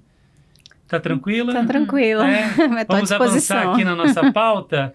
Bom, legal, a gente falou bastante de 660 e se você pudesse dar algum tipo de contribuição nesse momento aí, né, que a gente teve já o diretor Daniel se posicionando, falando sobre a importância de debater essa questão da 660, acabei perguntando para a Paula e queria perguntar para você se você quisesse dar algum tipo de contribuição, o que você acha que poderia ser aprimorado na RDC 660? Olha, na verdade, eu acredito que, em síntese, nós precisaríamos de um marco jurídico nacional para estabelecer melhor quais serão os limites, talvez pensar numa melhoria relacionada ao equilíbrio, né? Aí a doutora pode até me auxiliar. Há um equilíbrio entre a 327 e a 660. Eu acho que o que falta é isso, né? Um marco jurídico, né? Um envolvimento, eu acho que políticas públicas integradas, né? Não só assim, não só por parte da Anvisa, né, que eu vejo que a agência já se esforça muito na medida do possível, mas carece ainda de políticas públicas por parte de outros departamentos, né, então eu acredito que falta isso. Perfeitamente. Vamos falar um pouquinho de 327? Bom, a gente teve esse ano, né, a abertura da consulta pública da RDC 327 e teve 1.476 contribuições para a revisão da regulamentação, entre elas algumas das principais alterações e discussões a ser colocada aí nesse processo de revisão da RDC 327. Posso pontuar aqui a questão da inclusão das farmácias de manipulação de produtos tópicos, né, para aumentaram as vias de administração, né? E aí, todo nesse processo de revisão da RDC 327, qual que é a sua expectativa, Larissa? O que você sabe para a gente em relação a esse assunto? Até dezembro sai. Tá cravando que Tô em dezembro cravando. sai? Até dezembro Informação quente. Quentíssima. Bom, o que eu fiquei sabendo é que eles já conseguiram avançar, que toda vez que tem um processo de... É bom esclarecer essas coisas, porque eu acho que quem está muito acostumado a trabalhar com a Anvisa entende os processos, né? O que vai acontecendo. Enfim, depois que essas contribuições são feitas, a área tem que fazer uma consolidação disso e um relatório. Então, eles vão ler e analisar cada uma dessas contribuições. O que eu tenho de informação é que eles conseguiram filtrar esse momento inicial de entender quais são as contribuições válidas e as que não são válidas. E aí é bom explicar isso, porque não é que é alguma contribuição, não, é porque tem... A norma, ela tem um escopo, e o que acontece muito quando é colocado em consulta pública é que, às vezes, algumas contribuições, elas fogem do escopo da norma. Sim. Então, vou dar um exemplo. A gente está discutindo 327 e alguém vem falar de uma pauta recreativa, ou alguém vem falar de uma pauta 660, que não... Enfim, foge completamente ao escopo. Então, uma primeira seleção é nesse sentido, vamos pegar o que realmente se aplica, ao que estava proposto na norma e o que não cabe. Então, esse primeiro momento eu sei que foi concluído e agora eles estão se debruçando sobre o que efetivamente se relacionava a 327, mas como a 327, ela trata de uma forma ampla, então é de comercialização, ela trata do receituário, ela agora fala de manipulação, importação, então são áreas diferentes da Anvisa que cuidam sobre esse assunto. Então, provavelmente, eles vão ter uma rodada, a área que está capitaneando a revisão, que é a GEMESP, ela vai ter uma rodada de conversa com as outras gerências da Anvisa, então com a gerência que cuida da importação, a gerência que cuida do receituário, a gerência que, enfim, que cuida sobre boas práticas de fabricação. Então, eles vão ter essa rodada para analisar as contribuições em conjunto com a competência de cada área. Isso vai levar um tempo, e aí eles vão consolidar uma minuta que vai ser submetida à AGU, a Procuradoria Federal junto à Anvisa, que vai analisar essa minuta sob o aspecto da legalidade, aí devolve para a área de novo, a área faz os ajustes pós-procuradoria, e aí finalmente a norma está madura para voltar para a diretoria colegiada para aprovação final, mas a expectativa é que isso aconteça, enfim, eles sempre mencionaram isso ali quando a época da aprovação de AIR, depois agora a consulta pública, a expectativa é que até dezembro a gente tenha a RDC revisada. Perfeito.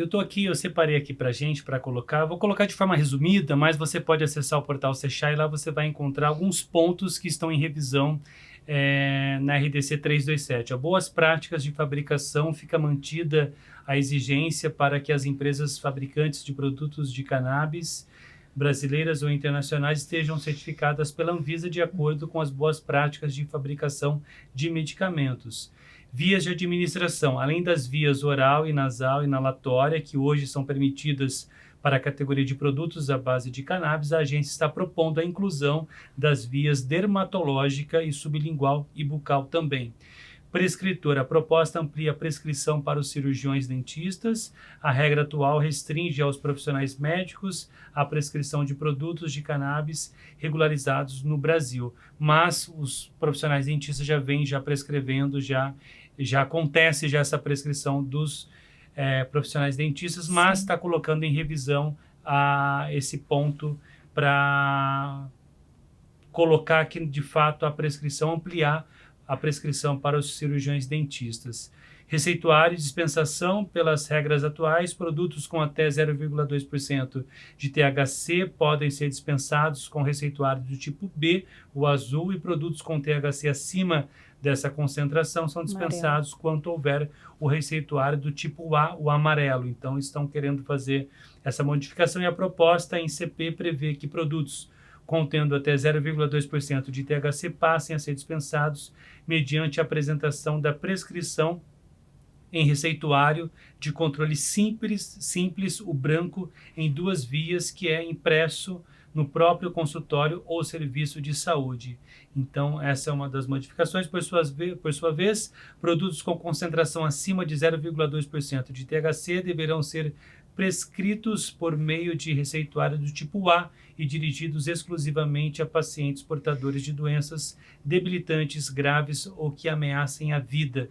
Importação e distribuição, a proposta apresenta detalhamento quanto à possibilidade e regras para a importação e distribuição de insumo farmacêutico, medicamento ou produto de cannabis para fins de pesquisa, distribuição, desenvolvimento e fabricação, possibilidade de manipulação, que a proposta apresenta para discussão a possibilidade de manipulação em farmácias de produtos que tenham como insumo farmacêutico ativo o canabidiol purificado. Também leva em consideração o fato de que até o momento esta é a substância que apresenta as melhores evidências de eficácia, além de já possuir monografia farmacopeica estabelecida para controle de qualidade, composição de produto, extensão do prazo de autorização sanitária, que a Larissa comentou aqui no começo do programa, publicidade. A proposta prevê a divulgação dos produtos autorizados pela Anvisa exclusivamente aos profissionais prescritores. Atualmente é proibida qualquer publicidade de produtos de cannabis. Mudanças pós-autorização sanitária, enfim. Pessoal, tem muita coisa aqui. Muita coisa. Eu fui me empolgando aqui, porque eu também queria rever bastante coisa, tá? Eu fui lendo aqui. Então, você pode acessar o portal Seixac que você vai encontrar esse link aqui. Mas muita evolução dessa RDC, e nesse meio do caminho, Larissa, você fica à vontade, tá, para falar. Eu sou meio intrometido às vezes, mas teve alguma reunião aí que você participou, alguma conversa aí? Não. Conta pra gente o que você pode dizer pra gente dessa, porque assim, eu tô brincando, mas na verdade, falando sério agora, mais uma brincadeira com fundo de verdade, tá tendo muita movimentação, né? Muitas conversas de bastidores, reuniões, instituições de pesquisa, de grupos de interesse participando.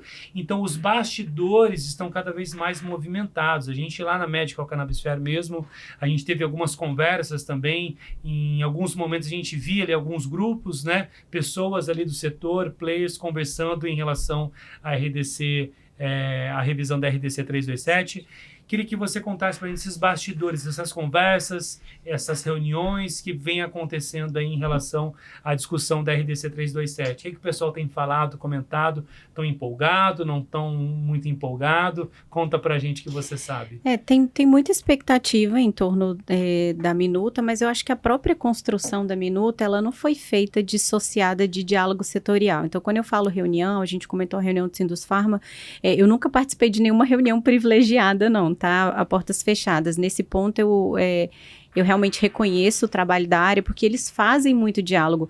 O próprio chefe da GEMESP estava no congresso, que é o João Paulo Perfeito, e ele participa das feiras, dos congressos. Então, quando você vê as pessoas conversando, muita coisa é fruto desses diálogos setoriais que a agência faz. Eu acho que nesse ponto a gente tem que reconhecer que ele procurou ter um diálogo com o setor de uma forma muito ampla. Eu acho que eu não tive notícia, assim, dele recusar a participação nos eventos. Então, ele estava na feira, depois ele estava no Sindusfarma. Sempre então, muito ativo, né? Isso, tem muitas associações que fazem esse tipo de convite. Então, essa reunião, por exemplo, foi um diálogo com o setor, e eu acho que a Anvisa prioriza esse diálogo com associações representativas, que é uma forma da informação chegar mais rápido e de forma democrática, porque você imagina, se eles tivessem que fazer uma conversa individual com cada empresa ou com cada stakeholder que está no mercado e que precisa conversar com a agência. Então, eles fazem esses diálogos setoriais e eles participam. Então, eu acho que a expectativa é exatamente na linha do que veio na minuta, porque a própria minuta já foi uma construção de um diálogo setorial. Então, teve uma análise de impacto regulatório que se mapeou quais eram as demandas. Então, você falou assim, o cirurgião dentista ele já prescrevia. A agência não está alheia a isso. Então, a própria análise de impacto regulatório e a experiência do que chega para eles foi contemplada nessa norma, porque existe uma demanda, existe uma necessidade a ser atendida. Realmente. Então, assim, eu não vi nada, assim, muito diferente do que já é a expectativa de fato. Eu acho que já foi uma norma criada depois de alguns diálogos setoriais. As empresas, elas têm necessidade, separou ali na alteração pós-registro, né? Então, tem algumas alterações hoje que são de menor complexidade, que eles têm que peticionar, espera a agência se manifestar para depois implementar. Então, eles estão trazendo agora, algumas alterações são de implementação imediata. Você me avisa, mas você já pode fazer antes de eu dizer que sim ou que não. Não que a Anvisa não possa auditar depois. Ela pode, ela deve.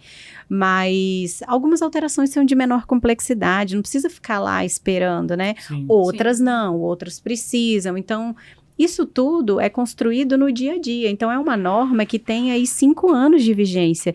E nesses 5 anos, as empresas estão indo lá, elas estão marcando reunião, elas estão dizendo, não consigo cumprir isso, eu não consigo cumprir aquilo, para isso eu preciso de mais prazo. Por que não tem a via dermatológica, né? Então, essa norma também é fruto dessa colheita de informações ao longo desse tempo. Então, eu acho que a expectativa é bem dentro do que já é esperado, e eu acho que essa é uma norma que realmente foi construída com base na demanda.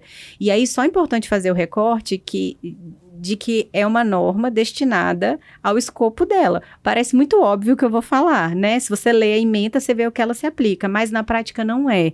Porque da minha experiência de estar nos fóruns de discussão e às vezes algum congresso, eu vejo algumas falas, mas devia melhorar isso, mas devia melhorar... Mas não é o escopo dessa norma. Então, por exemplo, por que essa norma não está falando da prescrição dos médicos veterinários? Porque a Anvisa não regula isso. Está permitido. Exatamente. O que a Anvisa poderia fazer era colocar um adendo na portaria 344 que regula a substância. Mas quem vai cuidar da prescrição de médico veterinário é o Conselho de Classe dos Médicos Veterinários, é o MAPA, não é a Anvisa. Então, não é porque a Anvisa é contra, é porque não é competência dela. Exatamente. Então, às vezes, a gente tem que ter esse cuidado quando vai discutir, porque o que eu mais vejo é, a Anvisa não falou sobre isso, mas essa norma não tem... Sim, mas não é o escopo da norma, não é... Então, mistura um pouco. Eu entendo, é difícil de entender, tá? Não é uma crítica que merece atenção, mas não cabe a agência atender aquela demanda, né? É isso, mas eu sei que é difícil, eu também me confundo, eu também vou procurar informação, às vezes me fazem uma pergunta, eu falo, eita, essa eu não sei, eu vou perguntar para quem sabe, então assim, eu entendo, mas só às vezes ter o cuidado mesmo, às vezes a gente critica, mas às vezes só não é o escopo da agência. E outra coisa também, como é um mercado também, a gente pode falar que é um mercado novo, né? Sim, né? Novíssimo. Né? Já está aí já há um tempo, mas é um mercado em formação, então é natural, em construção, então é natural que as demandas surjam ao longo desse caminho, e aí com o passar do tempo a gente vai ajustando, tanto na 660 quanto na 327. Gente, as normas da Anvisa que são mais maduras levaram anos a serem construídas. Quando eu falo de convergência com as outras agências, né? Você falou, tem as normas do FDA sobre armazenagem e tal. A Anvisa participa de vários fóruns de convergência regulatória mundo afora. Então, assim, essas normas estão sempre sendo revisadas, elas estão sempre sendo construídas. A norma de cannabis é de 2019, é uma norma muito nova. A agência também está aprendendo. Exatamente. A agência também está aprendendo todo dia, está todo mundo aprendendo. Então, eu vejo de empresas fato, sérias assim nesse setor que estão buscando também conhecimento da 327, que querem navegar nas duas. Sim, né? exatamente. E querem continuar na 660, né? Importando o que é de importância dentro da 660 para o paciente, e também estão buscando todas essas informações dentro da 327 para também navegar. Eu como ex-Anvisa fico feliz. Eu não sei se assim, ficou claro que a parte de divergência na época da 327 era uma restrição à 660. Então, assim, quer-se uma melhoria da 660, mas espera-se uma restrição de entrada de produto. Por quê? A época que a 660 surgiu, existia uma demanda de fato não atendida. Era muito difícil entrar produto e não existia a 327, porque a 660 é de 2022, mas ela já é uma atualização de uma outra norma mais antiga. Hoje, já tem a 327, já tem produtos internalizados. Então, assim, a ideia geral é que a Anvisa restrinja a 660 a produtos que não estão disponíveis via 327. Isso é uma tendência, não estou dizendo que vai ser assim, mas é o que está sendo discutido. Até porque, na consulta pública da 327, a relatoria, isso foi endossado por todos os diretores, já existem muitos relatos, é que nem a Paula comentou, tem empresas e empresas, tem produtos e produtos. E tem alguns relatos de produtos que já apresentam um nível de toxicidade estatisticamente relatado a muitos pacientes. Não tem aquela história que a diferença entre o remédio e o veneno é a dose? Então, isso. os produtos que entram via 660, eles não têm o respaldo científico que a 327 tem, pelo menos no âmbito da Anvisa. Aí lá fora, se tem os estudos, etc., então, vamos trazer aqui para o Brasil, vamos submeter a 327, vamos desenvolver um estudo clínico para um dia ele ser um medicamento. Mas não é toda empresa que tem interesse nisso. Então, assim, como todo mercado, a gente colocou isso bem no começo, existem produtos e produtos, existem empresas e empresas. Então, a Anvisa tem um olhar, porque isso pode ser um problema de saúde pública a longo prazo. Sim, então, assim, toda substância tem um potencial de toxicidade. E o que a agência procura é trazer um mínimo de segurança por meio do controle de qualidade desses produtos. Com certeza, eu acredito que a implementação dessas melhorias na 327 vem justamente para preencher essas lacunas que nós sentimos hoje na realidade fática da 660, né? Eu acho que falando no aspecto operacional, nós nos deparamos muito com empresas questionando coisas sobre a 660 que, na verdade, são pertinentes à 327. Então, toda vez nós precisamos, né, durante a consultoria preventiva, dar esse norte para os clientes que são empresários, né, pessoas jurídicas que estão aprendendo, assim como nós, né? Aprendendo e tem que enxergar como um medicamento, né? Porque exatamente. Esse tipo de regra é para qualquer tipo de medicamento. Exatamente. Né? E as pessoas têm, né? Porque assim, o que você vai importar é muito sério, né? Então, Sim. assim, isso tem para qualquer tipo de medicamento. Então, essas empresas, elas têm que entender, né? Nessa variação aí de 660 e 327, que isso é um medicamento, então ele tem que ser enxergado como um medicamento. Ou ele tem que caminhar para isso, Exatamente. porque a ideia da Anvisa, assim, 660 e 327 são vias de acesso, mas o ideal é que qualquer medicamento tenha estudo clínico, e aí você conta nos dedos as empresas que desenvolvem estudo clínico. Exato, aí nós chegamos no funil do mercado, né? Quais são as empresas que realmente querem fazer esse investimento, né? Porque é um investimento alto, muito alto. Exatamente. Mas é o que garante a segurança e eficácia do produto. Então, esse avanço que vocês comentam se esbarra no investimento? É o que mais impede as empresas de avançarem com os estudos para comprovar a eficácia não sei se é só isso. Não sei se é só isso, mas isso é um ponto bem importante. Sim, eu acredito também que falta propagação do conhecimento com relação a 327.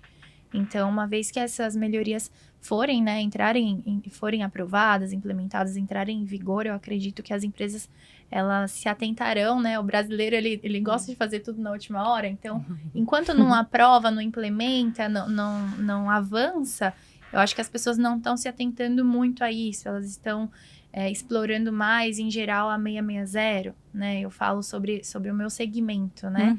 Eu acredito que quando realmente houver um estímulo para que elas conheçam, elas passarão a buscar, né, a adequação.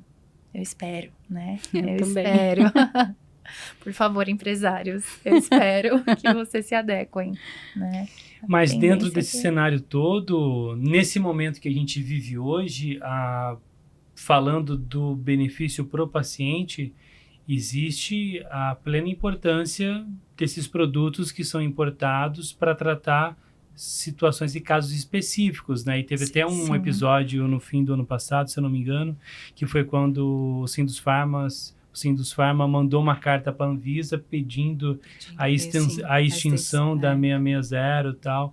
Sua opinião, Paulo, foi algo assim muito precipitado, não necessário de ser colocado, pedindo o fim de uma resolução como a 660? Sim, eu acho que foi algo muito precipitado, né? Porque eu acho que o Sindusfarma deveria pensar no paciente, Exato. que precisa desse medicamento, tá? E hoje a 327 está evoluindo, né? Tem muita coisa evoluindo. A gente acabou de falar que é um mercado novo. A gente está falando de 2019, a gente está falando de 2022, entendeu? Só que assim, é um mercado que está em franca expansão. Tem muita coisa boa vindo, sim. Tem muita gente séria trabalhando, tem muito médico sério trabalhando, tem muito conhecimento sendo disseminado e pode crescer cada dia mais. E ali na ponta tem muito paciente que está sendo beneficiado. Tá? E tem médicos junto com isso, entendeu? Não minha mãe tá melhorando do Parkinson ou tá mais tranquila no Alzheimer, desculpa, não sei usar palavras médicas, né? Porque eu acho, não é achismo, né? Na ponta a gente tem paciente e tem médico vendo isso, né? Então, assim, é um mercado que está gerando para beneficiar um paciente. Aí vem o Sindusfarma e fala, não, vamos brecar isso, com que intuito? Verdade, Eu não vou discutir o intuito aqui, Sim. né? Mas eu acredito que foi precipitado, foi sem conhecimento desse mercado em franca ascensão e foi pensando em outras coisas, senão o paciente que está sim recebendo de muita empresa que vem de fora medicamentos bons e ajudando muito na saúde. Até porque a 660, ela foi a porta de entrada, né? Para que essas pessoas tivessem acesso, né, a esses produtos. Então, eu acho que foi totalmente precipitado, sim. Posso discordar um pouquinho? Fique à vontade. Bom, eu continuo acreditando que tem produtos que precisam entrar via 660, porque ainda não há regulamentação 327. Então, Sim. eu não estou de forma alguma negando a Claro. importância de todas as vias de acesso. Mas o Sindusfarma, ele representa a indústria farmacêutica.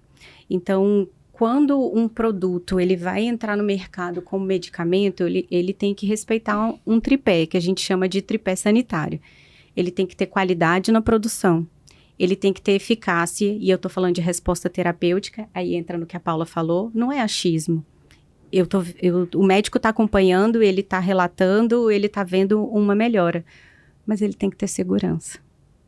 E segurança é relato de efeito adverso, é análise estatística a longo prazo. Então, hoje eu estou vendo uma melhora, mas eu preciso saber se aquela dose é segura, por quanto tempo ela é segura, se ela não vai me trazer uma intoxicação. Então, existe um tripé, e aí é isso que a indústria farmacêutica faz. Ela desenvolve um dossiê que é aprovado pela Anvisa, para verificar se esse tripé está sendo respeitado. O que acontece com o produto 660 para ele entrar naquela famosa lista automática de importação? Ele precisa comprovar no país de origem que a fábrica ela tem uma certificação, então ela tem uma autorização de funcionamento, está ok perante a agência reguladora que regulamenta ela no país de origem e que o produto está regularizado no país de origem. Mas a Anvisa não valida o produto 660, ela nem pode, ela é uma via de acesso. Ele está ok no país de origem? Então ok, eu vou te dar autorização de importação. Então, quando a 660 no escopo inicial, ela foi regulamentada, e aí, mais uma vez, eu volto a dizer, não é de 2022, é mais antiga e fruto de ação civil pública, etc., etc., não se tinha acesso ao produto, então ela era totalmente justificada na sua amplitude. Eu vou negar acesso ao paciente? Ele precisa. Exatamente. Então, assim, eu acho que eu discordo só assim, eu acho que o Sindusfarma, ele entende, eu acho, né, a opinião da Larissa, eu acho que ele entende sim o mercado, que ele conhece sim o mercado, mas ele está na defesa desse tripé, segurança, eficácia do lado dele, e qualidade. Do lado...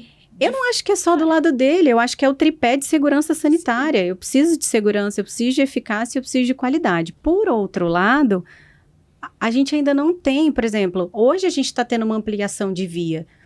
Antigamente, dermatológica não tinha. Aí significa que a dermatológica não tem esse tripé? Às vezes tem, mas a nossa regulamentação não permite. Então, assim, não é uma discordância no todo, eu tô aqui no meio do caminho, digamos, Sim, equilibrando, né? Tô tentando, mais uma vez, entender os dois lados. Mas, assim, eu entendo sob qual justificativa ele pediu, no sentido de, poxa, a gente já tem a 327, eu tô garantindo... E nem é o tripé, a 327 ela garante só a qualidade, tá? A segurança e eficácia eles nem tão com estudo clínico, desenvolva ao longo do processo. Poxa, eu tenho que ter um mínimo de qualidade, a 660 eu não vejo nada, mas, mais uma vez, eu também tenho que ver o lado do paciente e tem produtos que ainda não podem entrar 327. Então, assim, minha opinião, Larissa, não tem como eliminar a 660, ela ainda é uma via de acesso, mas eu também acredito que ela precisa ser restringir alguns produtos, porque hoje passa tudo. E aí é como a gente falou, tem produtos e produtos e tem empresas e empresas. Então, eu acho assim, ela não se justifica mais do jeito que ela está hoje. Ela já foi, ela teve a sua importância, ela continua tendo, mas agora a gente tem que fazer um funil nessa entrada Talvez de um produto. crivo que avalie, né, a qualidade, a segurança, a eficácia. A Anvisa não vai poder fazer isso. algo Não nesse vai poder, né? sentido. E aí, Ela você não falou, vai aí poder. a gente vai entrar naquela lista, Exato. né? É. Mas você sabe que isso, eu estava até Exatamente. discutindo com alguns clientes meus, que até ontem eu liguei para um cliente meu, fiquei batendo papo com ele, porque eu tenho essa proximidade, e a gente estava discutindo isso. As empresas boas, que mesmo sem a Anvisa conseguir fazer isso, né, traz produtos bons, né, que o paciente, que é óbvio, né, o Sindusfarma tem o lado dele porque não está sendo estudado isso, mas tem empresas muito boas que estão buscando empresas lá que já estudaram fora e que vão fazer bem para o paciente aqui, que também está assumindo a responsabilidade dele, porque eu acredito nisso. Se eu tomo uma coisa que vem de fora, que não tem esse tripé, eu também estou assumindo a minha responsabilidade. Exatamente. Né? Eu acredito Com nisso certeza. também. Agora, eu estava conversando que, assim, as empresas boas sempre, assim, pagam pelas ruins, né? Sim, isso Então, acontece todo assim, dia em todos os mercados. Se tivesse, eu sei que a Anvisa não vai poder fazer isso, mas se tivesse algum crivo, né? Porque, assim, ele falou que recebe, né, de médicos, assim, de pacientes, desculpas, muitas receitas, né? Que ali tem o produto que não é muito bom, e que eles tentam mostrar para o paciente, chegar no médico que prescreveu aquilo, né? Dar uma capacitação e falar, olha, você tá vendo o que você tá comprando? Você tá vendo que esse produto não é legal lá fora, é o resto que vem para o Brasil. Vamos focar no produto bom, tem muita empresa boa aqui fazendo, né? Comprando de empresas boas lá fora, né? Com certificação lá fora, white labels bem, né? Bem elaboradas. Então, tentando fazer esse trabalho, né? Para que não entre no Brasil, já que não tem todo esse crivo, o produto ruim. E um pouco de bastidor, né? Existem algumas propostas, mas de autorregulação. Então, eu tenho notícia de algumas associações que têm essa proposta de fazer uma autorregulação desses produtos 660. Vamos ver o que tem um crivo mesmo e o que não tem, mas assim, a Anvisa não pode adotar essa autorregulação, né, porque, enfim, ela tem a competência, ela não pode transferir isso para o particular. Mas a gente vê isso acontecer em outros mercados. De vez em quando a gente vê notícia aí, fizeram teste em suplementos, é uma associação. Aí vem um outro contrateste. A Anvisa, ela tem acesso àqueles dados, mas como uma denúncia, mas aí, para ela validar esses dados, aí só se for um monitoramento feito por ela. Mas, enfim, são possibilidades, são coisas a serem construídas. Você tá falando de suplementação, tudo, só assim rapidinho, para o nosso mercado de logística, de importação, a gente vive isso com outros mercados, né? Exato. Sempre procuram a gente, eu corro para a doutora Juliana, posso trazer esse suplemento, posso trazer essa vitamina, como que funciona? Porque dentro de uma 660, o medicamento não tem tributação. né? Nesses outros mercados vai ter a tributação, né? E aí eles falam, posso trazer mesmo com tributação? E aí entra nisso, entendeu? O que a gente está trazendo? Pra você ver, não tem tributação, não é um medicamento, não tem controle de preço, pra você ver o quanto esse mercado é novo. Não sei por quanto tempo, precisa de alteração legislativa, tem muita coisa envolvida, talvez assunto para outro podcast. Muita coisa. Dá uns 10 episódios Pode aqui, trazer viu? um complemento de informação aqui Com que tem no certeza. Portal Sechá. A gente fez uma série muito legal que é o acesso a cannabis medicinal no Brasil. E a gente tem, inclusive, falando sobre a origem da 660. Então, em 2015, a Anvisa emitiu 850 autorizações individuais para importação de óleos de cannabis. Este foi o primeiro ano em que os pacientes puderam relatar esta prática. Na verdade, não, puderam realizar esta prática. A norma é de janeiro de 2015. Janeiro de 2015. A primeira norma de importação. Aí, na época, a Anvisa regulamentou em caráter excepcional a RDC 17, definindo o primeiro parâmetro de controle e fiscalização das importações. Então, foi nesse contexto que surgiu a RDC 660, com 850 autorizações em 2015 para que os pacientes pudessem importar esses medicamentos em caráter excepcional da RDC 17, que depois, em 2019, veio a se consolidar na RDC 660, estou correto? A 660 é de 2022, mas foram 2022. várias... Perdão, 22, eu confundi Tudo aqui. começou na ação civil pública, né, doutora? Não, foram várias Então, judicializações. 19 é RDC 327, né? Perdão. Então, 19 é RDC 327 e 660 2022. Isso. Mas já desde 2015, como fruto de uma regulamentação, de excessivas judicializações sobre o acesso a esses produtos, e culminou com uma ação civil pública, que foi o que deu mais força. Aí foi publicada a primeira resolução de importação, mas a Anvisa ainda fazia um crivo de controle de qualidade. Aí, por conta dessa ação civil pública, veio em cima da Anvisa e falou, você não faça controle de qualidade, não faça esse crivo. A gente está falando de acesso, a responsabilidade é do médico e do paciente.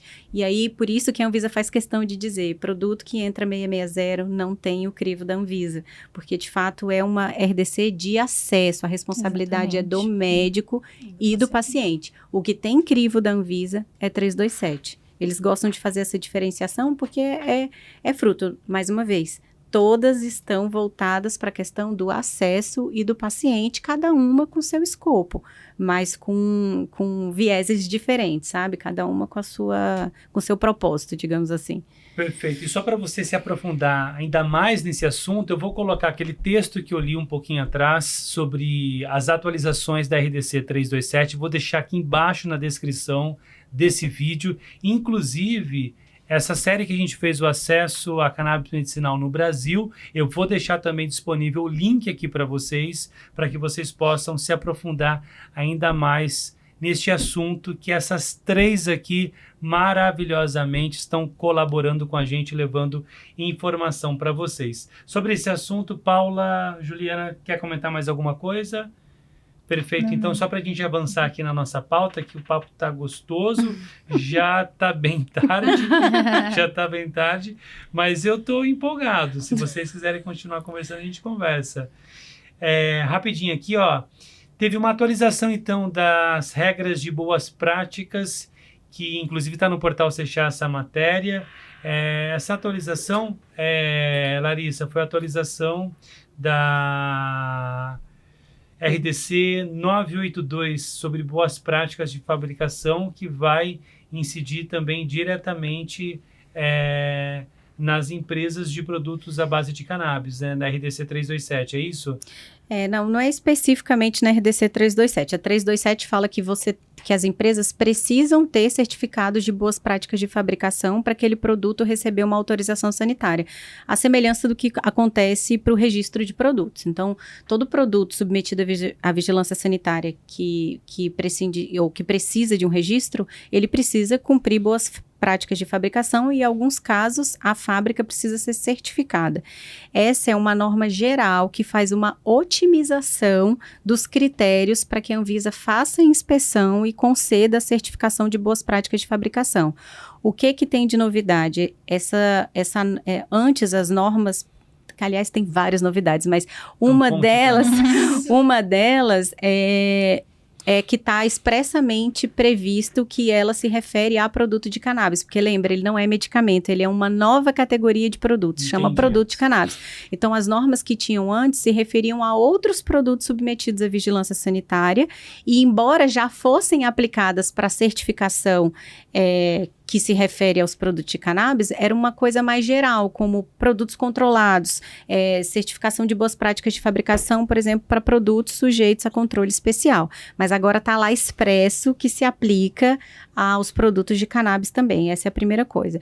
E a outra coisa é que, basicamente, todas as empresas que entravam com pedido de certificação precisavam ser inspecionadas presencialmente, em loco, e seguia um critério que basicamente era cronológico. Então, eu entrava na fila, peticionei hoje, eu vou entrar na fila de acordo com a data de que eu pedi a certificação. Essa norma traz uma inovação importante que é relacionada à gestão de risco e uma atividade de regulação que é mais voltada para o caráter responsivo, que é o que se discute hoje de forma mais moderna no direito administrativo relacionado à regulação. O que é isso, Larissa? Não necessariamente a Anvisa precisa ir lá inspecionar em loco. Às vezes, outra autoridade regulatória, exemplo do FDA ou Health Canada, a agência do Reino Unido, já foi lá, já inspecionou e já deu uma certificação. Eventualmente, esse relatório de uma agência reguladora de mesma confiança regulatória, que está nos programas de convergência regulatória que o Brasil participa, pode servir como base para a Anvisa conceder a certificação sem ter que ir lá em loco. É ótimo, pode agilizar, pode diminuir a fila. Aí aquele tempo que o Leandro me perguntou lá no começo, quanto tempo demora para uma empresa conseguir entrar no mercado? Uma das barreiras era peticionar para ser inspecionada e receber certificado, que às vezes a fila demora 2 anos. Com essa gestão de risco agora, esse tempo pode ser encurtado. Então, tem uma série de critérios, salvo engano, acho que no artigo 3º, eu tentei contar, acho que são os 17 critérios que podem ser adotados, não está por ordem, por hierarquia, eles podem ser combinados, eles podem... Então, assim, por que eu falo de atividade responsiva? A empresa que na matriz de risco da Anvisa oferece mais risco, essa precisa ser inspecionada em loco. Mas essa empresa aqui já teve certificação, ela nunca teve uma denúncia, ou eu não precisei ir lá e vi uma atividade de alto risco. Ela também já tem certificação perante o FDA, o Reino Unido, o Health Canada. Se essa empresa tem um dossiê que demonstre uma confiança regulatória para a Anvisa, eventualmente ela pode ter uma inspeção remota, ou ela pode nem ter uma inspeção e conseguir um certificado de boas práticas de fabricação. Isso é uma super novidade. A gente não tinha nenhuma norma que colocasse a gestão de risco dessa forma. Então, eu acredito que isso é um grande avanço. Acho que a gestão atual está de parabéns, tanto a gestão atual da gerência de fiscalização, como a diretoria colegiada como um todo, essa gestão da Anvisa, porque eu acho que isso é um grande avanço em relação à gestão de risco e a uma atividade de regulação responsiva, que não é punitiva, sabe? Tem que seguir essa norma, é um aspecto formal, espera aqui e quando eu for lá, todo mundo é avaliado da mesma forma. Não, existem diferentes empresas, diferentes plantas fabris. Então, a que me oferece menos risco, eu posso ter uma flexibilização em relação... Assim, não pode... O risco sanitário, ele precisa ser mitigado em todas as esferas. Mas, a depender do dossiê dessa empresa, quando eu falo dossiê, é o comportamento dela, é as certificações que ela tem... isso pode ser administrado de forma diferente. Vamos supor, uma indústria que surge agora, que não foi certificada por ninguém no mundo, ela não vai conseguir fugir de uma primeira inspeção. Alguém tem que ir lá primeiro ver. Exatamente. Agora, uma outra que sei lá, a cada X tempo ela recebe a visita das agências reguladoras e ela é sempre certificada, bonitinho, redondinho. Eu preciso ir lá todas as vezes? Isso tem uma economia para os cofres públicos, isso adianta a fila e isso dá àquela empresa o tratamento que ela merece. Afinal de contas, o nível de confiança regulatória dela é muito maior. Então, é uma norma basicamente de gestão de risco e, enfim, eu fiquei muito feliz quando eu vi. Eu fiquei na agência 12 anos e não vi nada parecido. Então, eu acho que a gente está caminhando para boas coisas. Acho que a agência está de parabéns nesse ponto.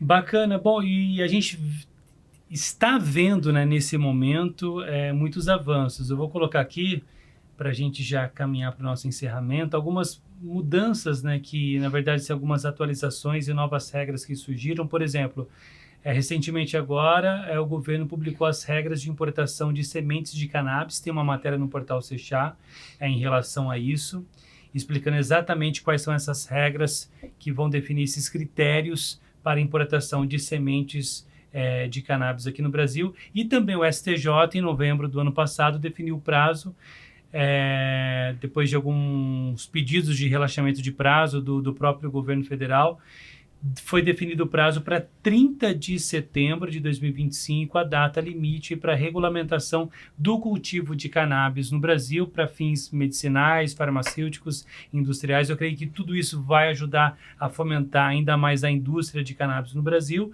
E o ano passado teve um levantamento da Canhamind que colocou que o mercado faturou 850 milhões de reais e a previsão para 2025 é um faturamento de 1 bilhão.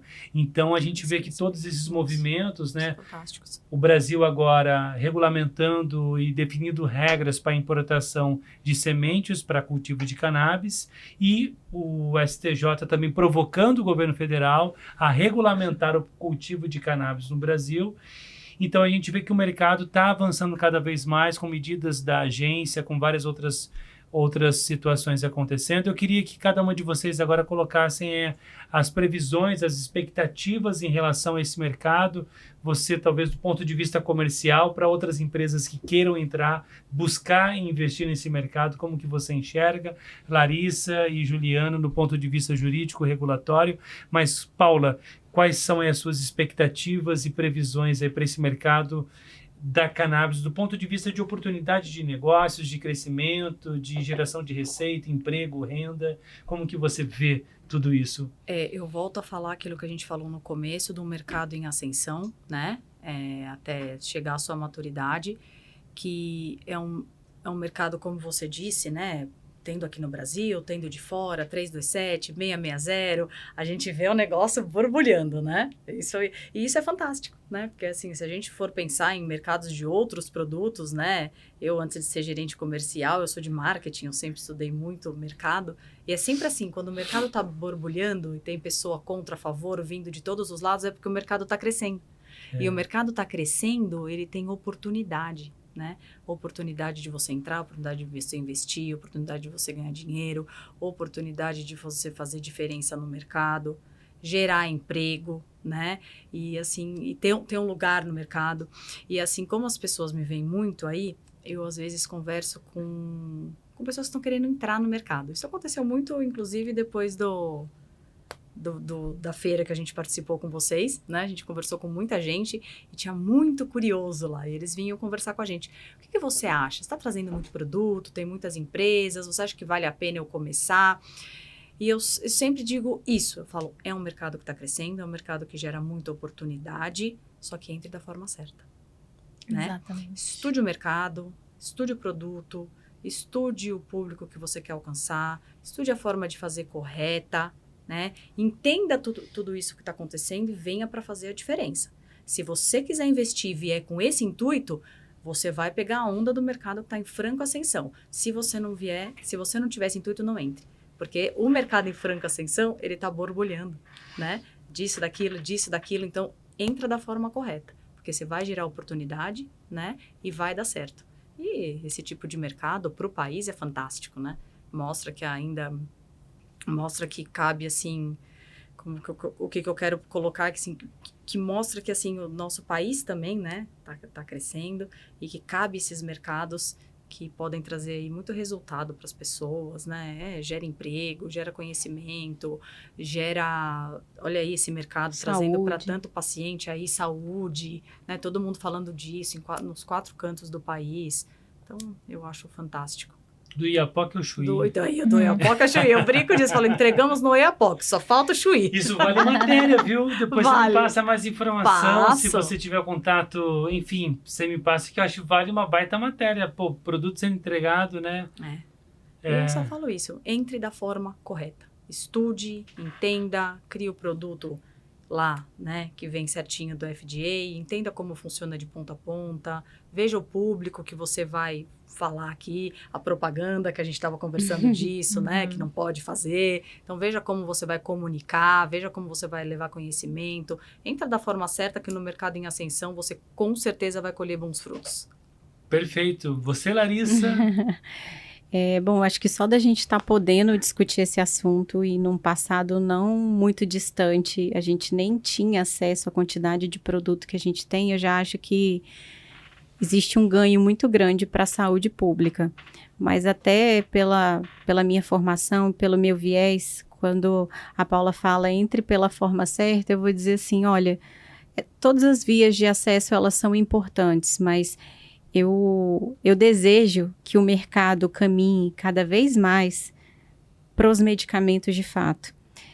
Boa parte dos produtos que entram nos seus países de origem não são regulados como medicamentos, porque é um assunto novo, o pessoal lá fora também está aprendendo, também está avançando, mas o meu desejo é que, sabendo da qualidade e da variedade de produtos, que todos eles caminhem para o caminho do estudo clínico, para que esses produtos tenham ainda mais respaldo científico. Então, para que esse acesso, e acho que isso é um caminho natural. O primeiro medicamento que surgiu lá atrás não tinha estudo clínico.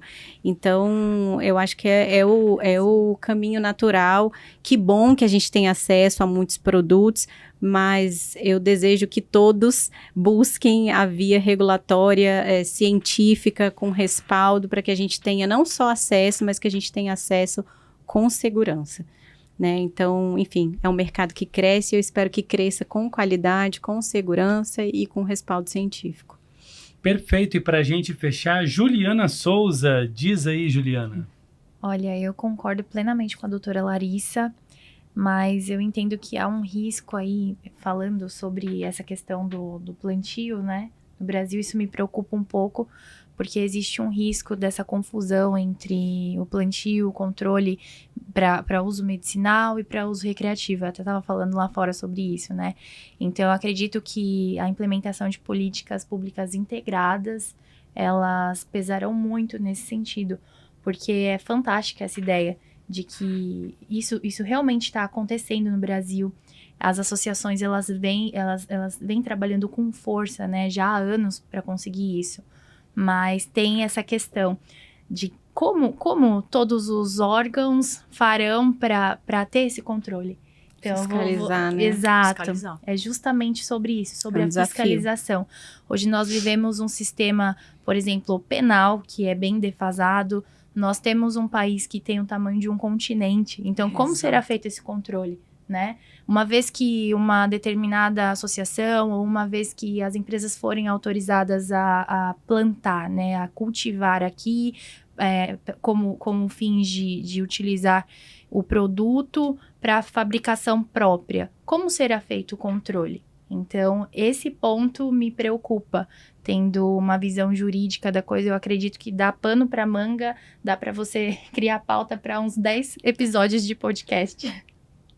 É bem complexo. É por isso que a norma está demorando a sair. Exatamente. Tem muita gente trabalhando. É muito complexo porque são muitos órgãos trabalhando, né? Não depende só da Anvisa. É como a doutora falou, a Anvisa, ela entende que a RDC, ela trata sobre produtos de canabidiol e não medicamentos. Então, ou tornam-se medicamentos, mas que para isso aconteça e para que o plantio realmente seja algo seguro, é necessário implementar outras políticas em outras áreas, principalmente no que diz respeito à segurança pública, né? Porque como eu vou diferenciar o que é produto para uso recreativo, o que será para cultivo e o que é tráfico ou vai acabar sendo um contrabando se entrar no Brasil de uma maneira irregular.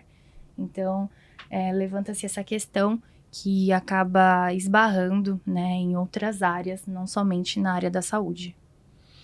Perfeito, e com esse ponto de reflexão, a gente encerra esse episódio sensacional. Muito Exato. Obrigado, viu? Eu que Você agradeço. pode continuar esse debate aqui nos comentários. Tudo que foi colocado aqui, você pode e deve dar o seu ponto de vista.